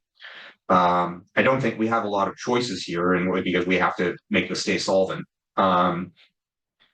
I will go with the public opinion against offering out of town memberships of the pool. It seems like there is a very strongly expressed public opinion that people are just not looking for us to do that. I mean, even if we said they're paying twice the rate that you are, we've heard people complaining about capacity, basically, that the pool just gets very busy, very full, and that they really don't think that that's the route to go. As far as the actual rate structure itself, as to what to do with a caregiver membership, which I'm fine with that term, caregiver. I question sort of the enforceability of that unless you make it an individual person. How do we define what is a familial unit, and with people having different surnames in a family and so on. I look at this and I go, the cost of you brought up the cost of a parent-child membership plus a caregiver. Well, what if someone just gets a family membership, which is less of a bump, and just, we've got to be kind of cautious about overcomplicating this. I do think that we can probably get away with putting a caregiver dollar number in there, and people probably just be folks about it and do it. Short answer is I'm kind of inclined to go with the recommendations, less offering the out-of-town guest memberships. And just kind of see how we do in 2024. I mean, the problem is we're having some transitional year after transitional year here. I do like the idea of having a little bit more science to rate making, but until we have an actual capital plan, truly long term, and knowing everything else that goes into it, I don't know. I don't know how well we would do the first year. I understand the concerns that that we seem to be very reactive in the rate making here, but the difference between this and the water and sewer utility is that people don't have a choice not to use the water and sewer utility. They do have a choice not to use this. So I think that we kind of do have to look at last year's operating results and adjust strategy based on that. So sort of as far as what we do here, I'm inclined to go with the administration results. I'm not inclined to permit out of town memberships. And I do appreciate all of the work that's gone into this. I know it's there's a lot of factors that go into this making work, and it's more than just science. There's a little bit of trying to make sure. I always said that the best result for us at the pool is simply measured by total number of users of the pool. I think that's we're trying to figure out some way to make it so that everyone in Verona who wants to go to the pool go to the pool. That's at the end of the day what I want. So I'm inclined to give some trust here in terms of what's been recommended. I think one of the things, and I agree with you, and I think you echo some of the statements I said before, but I think one of the things that the big question is, based on the administration's proposed fee structure and the assumption that it would stay basically the same number of people, would that meet the financial targets that you have set, or are we still in a position where we're not there yet? You're still in a position where you're not there yet. So in 2024, you will see a budget proposed before you of $950,000, which will hopefully cover the costs that the other budgets were covering in previous years. With that, we would need to use about $200,000 of our ARP funds. And that's not using surplus for capital because we don't have any more pool capital surplus, and not using our pool fund balance. So reasonably, there is once 2024 is done and our funding structure changes, there is a reasonable expectation of similarly high increases for 2025. Correct. Another $80 to $100 for a family membership. And I think that's what we have to recognize is that this is one step in a drastically larger increase in the pool. And so the question that I have to put before us, and my council colleagues know that I don't love making people pay things, but in the circumstance, it is a significant benefit and asset that we're providing to the town. But the question I have is, are we going to be putting ourselves in a worse position by not having a higher rate this year? Okay, and this is a step in, and it's a big step. But at the same point, we just had the rate study for the water, which suggested a 28% increase, because that's the only way that our funding works, by providing that. And it's horrible, but that's kind of the way it is. So, same point, are we actually doing ourselves a disservice, but not really facing the hard question of what do these rates actually need to be, and forget the economic analysis part of it. I'm in favor of doing this. However, with what we paid for NewGen for the rate study, paying a consultant to do this would actually be a significant part of the pool's budget in order to do this. Yeah. So it actually Yes. would require us to raise fees additionally to have a study about fees, Yes. which is a problem. Yes. I think we actually have some other talent that we can use in town to help us with this. But at the same point, we have to really answer the question: is this enough? Because it just seems to me that, and I've objected every year. Now, last year I didn't participate in the conversation, but the fire was inside of me, and it's a shame that I wasn't able to participate in the conversation, because I was going to ask the same question last year, right?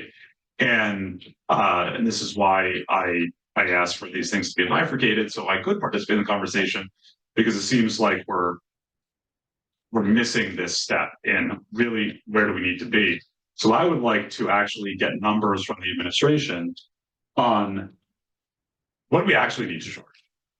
So you have about 1,250 to a little less than 1,300 1,300 memberships. If you divide that out, it's about $150 increase for each membership to cover the cost. That would bring your $200,000 deficit.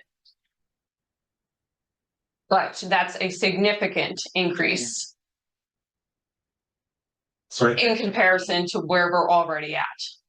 But I think now is the time where we start maybe looking at numbers and do these internally and say, okay, this is where we are now. And then this is a phased in to where we need to be. And this is one of these issues, is that after 2024, Big Paul sitting in the back of his own person, the whole ball game changes, right? Yeah. And that we don't have the same funding sources as a result of the changes in funding. And I think with these increases, municipalities know that they're going to be higher. But what happens is, when I look at things like this, I think there's no rhyme or reason to these numbers, right? And I appreciate that they're where they are, but I'm a hard data guy. I want calculations. I want those reports. And, I think we need to look at that and then really have a serious conversation about what our fees can be without losing that profit side, without seeing membership decrease. And that's really kind of easy data gathering that we can do by talking to people and having those conversations and sampling people at the pool and having those conversations this summer. But in the meantime, I'm in a position where I don't necessarily take stock in any number, because it's kind of a guess.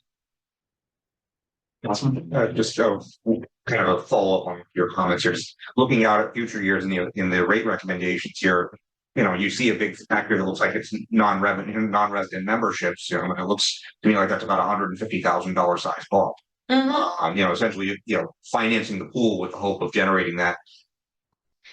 That to me seems like a really big lift, to assume that we have 150 families or 300 seniors or some combination in between there, joining the pool with non-residents. I'm kind of curious as to the thought process behind that forecasting. I mean, is that do we think that there's that much demand for out of town members to join this pool at these rates? So, in looking at Cedar Grove's rates, since Cedar Grove is the only one that offers the out of town rate, I do be a little less than what there was to have competition there, so that we are the superior pool, that Cedar Grove is offering the similar rate for an out of town resident. Which one would you choose? One with like Cedar Grove has any out of town residents, out of town memberships? Dave is supposed to follow up on that. That's, With Marie. that'll be, Yeah. That's the important number. yeah, that, you know, how are you gonna chase it if they Yeah. have five? Yeah. Dave is supposed to follow up on that with Cedar Grove. So the thought process is to be marketable in comparison. I don't think that you're going to want to charge an additional $150 to $160 per membership. Other than allowing outside residents, I don't know how we're going to proceed moving forward. You're going to be in the same position next year, because this year, if we don't make the revenue recommendations or allow for the revenue recommendations to be present, whether in a small scale or any scale, I can't anticipate that for 2025. Yeah. So if we allow 10 people from outside, it's easier for me to justify it next year, because I can't just say, well, we'll come up with another $200,000 to the state of New Jersey. They're going to say, no, you're not, because I don't have proof of that. So if the recreation department is pushing the recommendations from the pool subcommittee, like the advertising there and the corporation rentals and all of that, that will add into and will hopefully change my 2025 projections. And hopefully that additional revenue will make a difference, and we won't need 300 seniors from out of town to join. But without making some sort of move, 2025, we're going to be stuck, basically. I mean, it's just, the mayor just brought up a very good point. Then we look out a couple of years here, and this is, you just confirmed it basically, that 2024 is going to be the easier year for the time being, and 2025 is really where we're going to have some hardship to deal with here, unless we come up, something. And that's something we need to start planning Yeah. after. My question about the out of town memberships is, when the survey data suggested that people were opposed to out of town memberships because the pool was at high capacity, we have like Twilight memberships with the pass system that people use to get in the pool. Okay, we can actually track how many people are in a pool at a given time. Was any thought put into allowing an out of town membership for the times when the pool is at a lower capacity? So that way we're being sensitive of the members' thoughts about having not too many people, but at the same point being able to raise that revenue. You might get out of town people who might want to swim on their way home from work when the pool is a little less populated. That might actually be, and we could charge a reasonable rate for that. Because at that point, the staffing's still the same.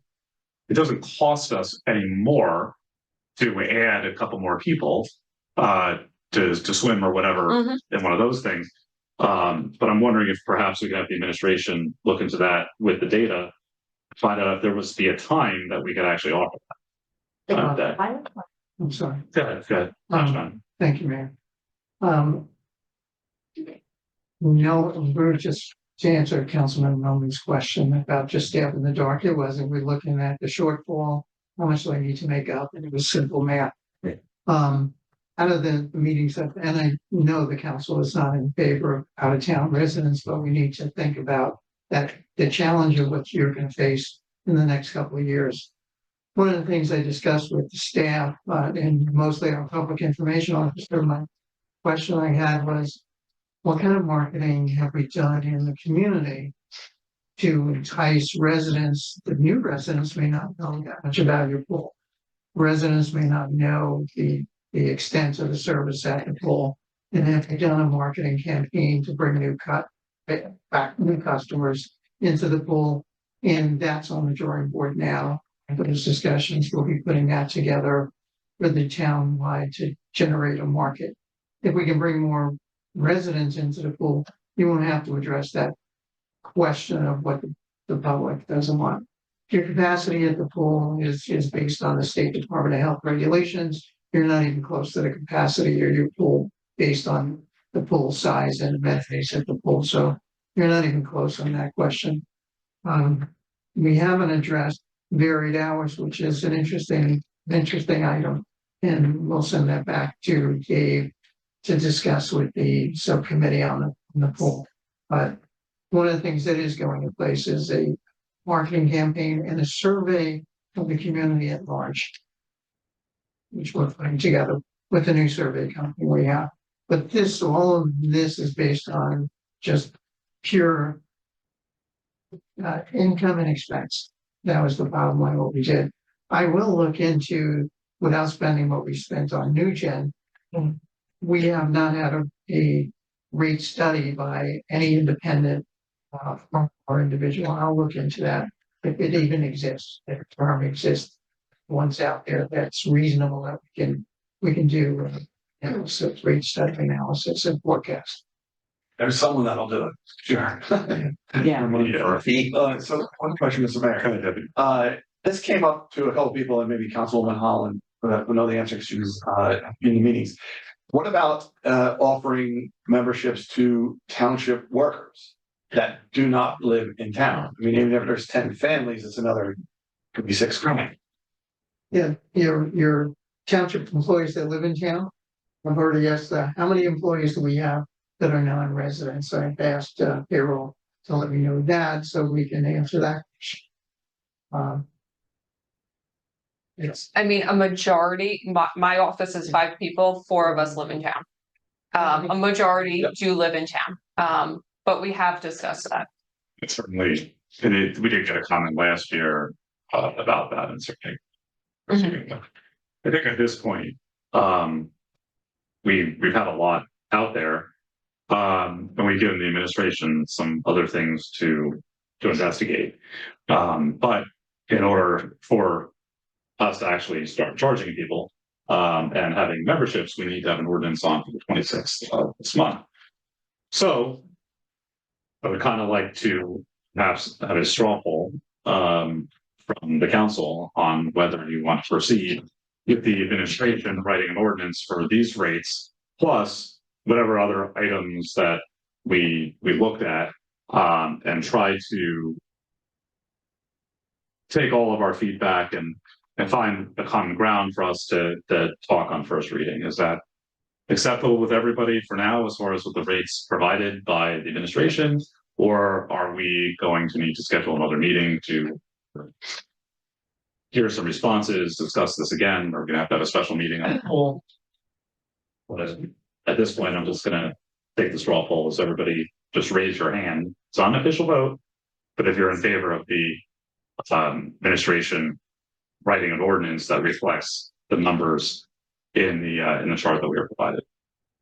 Exclusive of non-residents. But I think that the potential off time thing would be nice to see. So we have a majority that has suggested we move forward. And I think the administration has their the marching orders.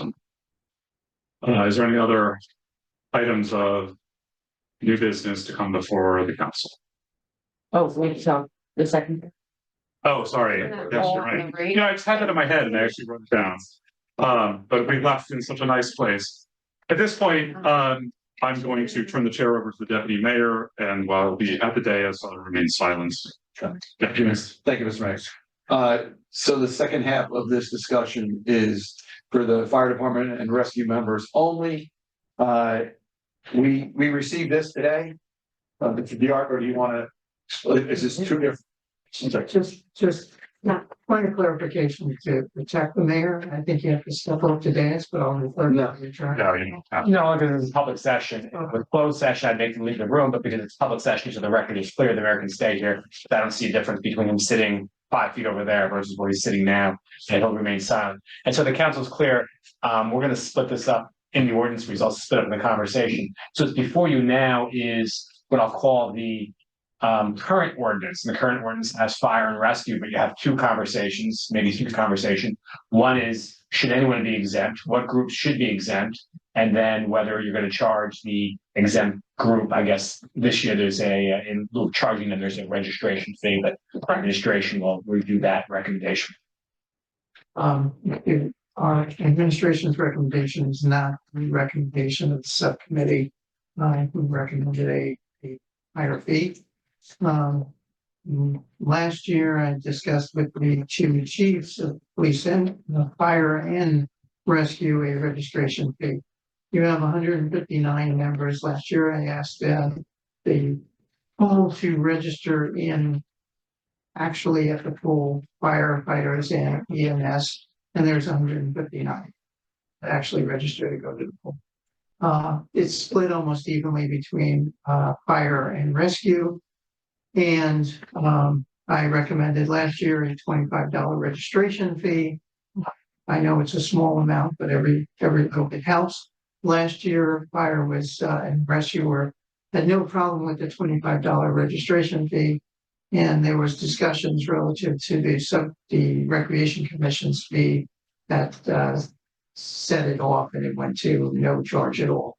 I did chat with two chiefs. The fire chief had no problem with it. Again, the rescue chief expressed an issue with the $25 registration fee. I'm still recommending that you have a $25 registration fee for both fire and rescue. Okay. It's a family charge. What you tell us is 154 memberships? 159. That's what we got on, okay, it said 154 here. Now you're saying 154 memberships, but that's, how many of those are family memberships? It's not 154 individual memberships. It was 154 total.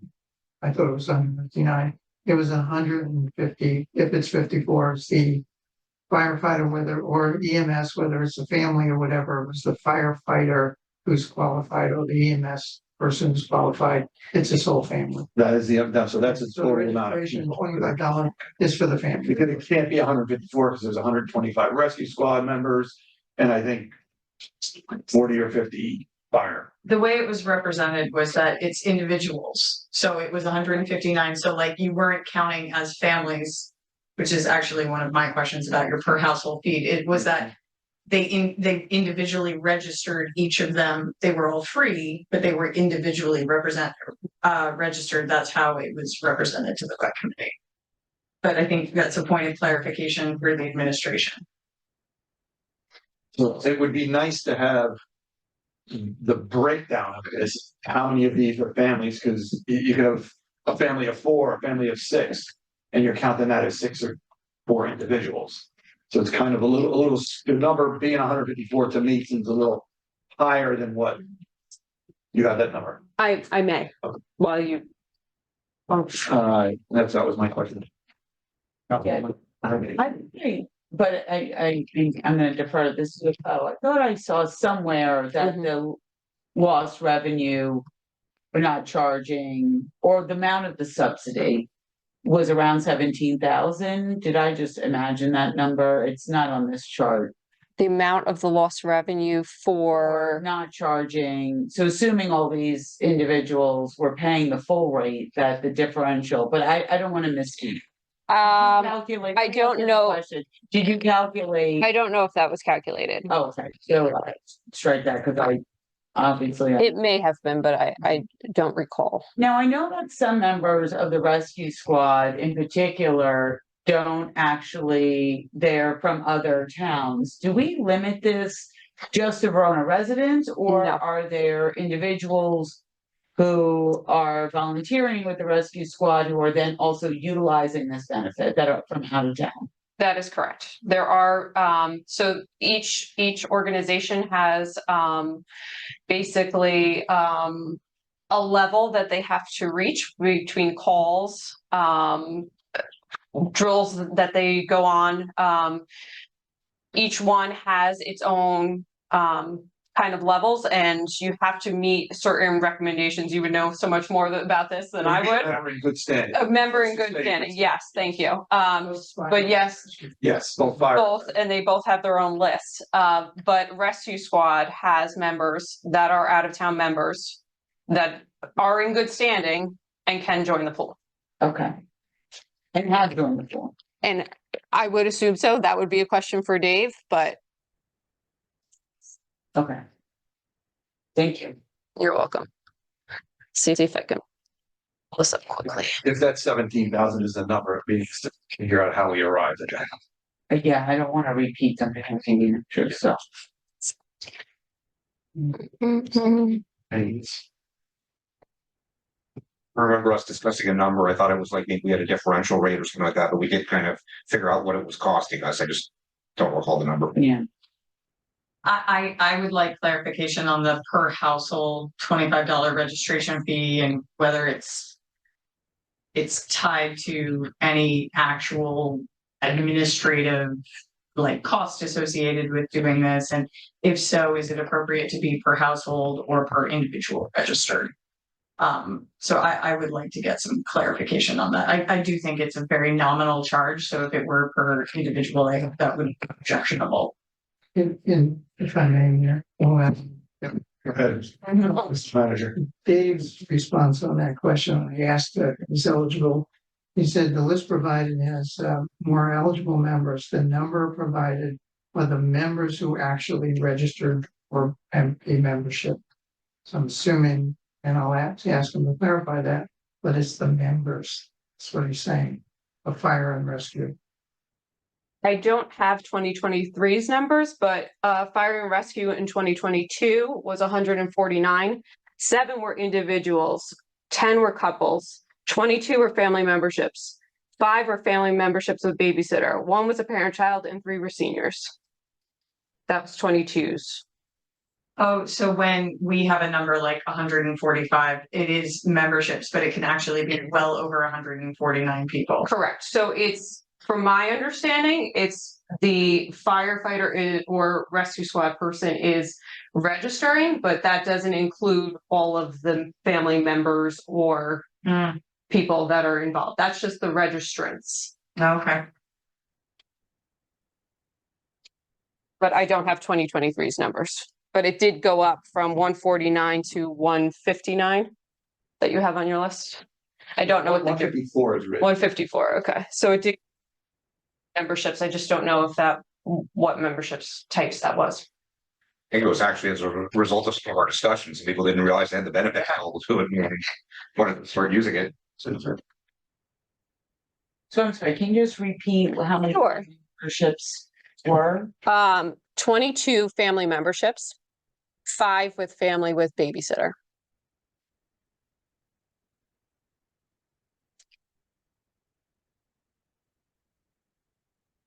And how many seniors?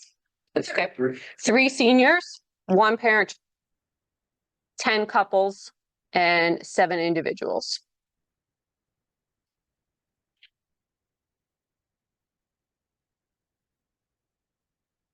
They all get badges. I would love if Dave could really give us an idea of how many people actually use it. I mean, that's the number there. It seems like a lot of people signed up, but how many people actually use it? Okay. Being a big one. Any other comments? I mean, I want to have a conversation with the squad leaders. You know, I appreciate the feedback that, you know, one is okay, one is not. So I want to collect some more data. I mean, to me personally, for what the firefighters and our volunteer rescue squad people give this town and what they save this town, let's not even go into full-time here and there. I think this is such a minimal give back. I don't think even $25 per household is even worth it. I can't see charging them $25 for something that they really deserve. I mean, the amount of time volunteer time they put into this town and what they give and how much and the lives that they save. I think this is such a minimal give back. I think it's just something that we should shouldn't even consider charging. So that's just my opinion. Yeah, I mean, it was kind of, I don't like the message it sends ultimately. I mean, it's, $4,000. We need to have the larger discussion about the cost of the pools and the structure and finding ancillary revenue sources. I just don't know if this is, one of them. I've got some other ideas I'm gonna pose. But I'm not crazy about this. Anyone else? No one? Thank you. So that That's- concludes that. Back to you, Mr. Mayor. Thank you. All right, this time, hearing no further new business, I'm gonna open for public comment on any. Same public comment statement applies.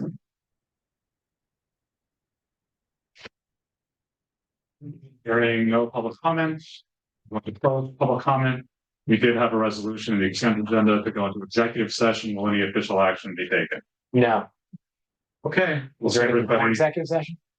I don't have them. No, No. I mean, should not just be. Oh, okay, well, we have a resolution for it. Okay, so we'll have no executive session, which is even more exciting.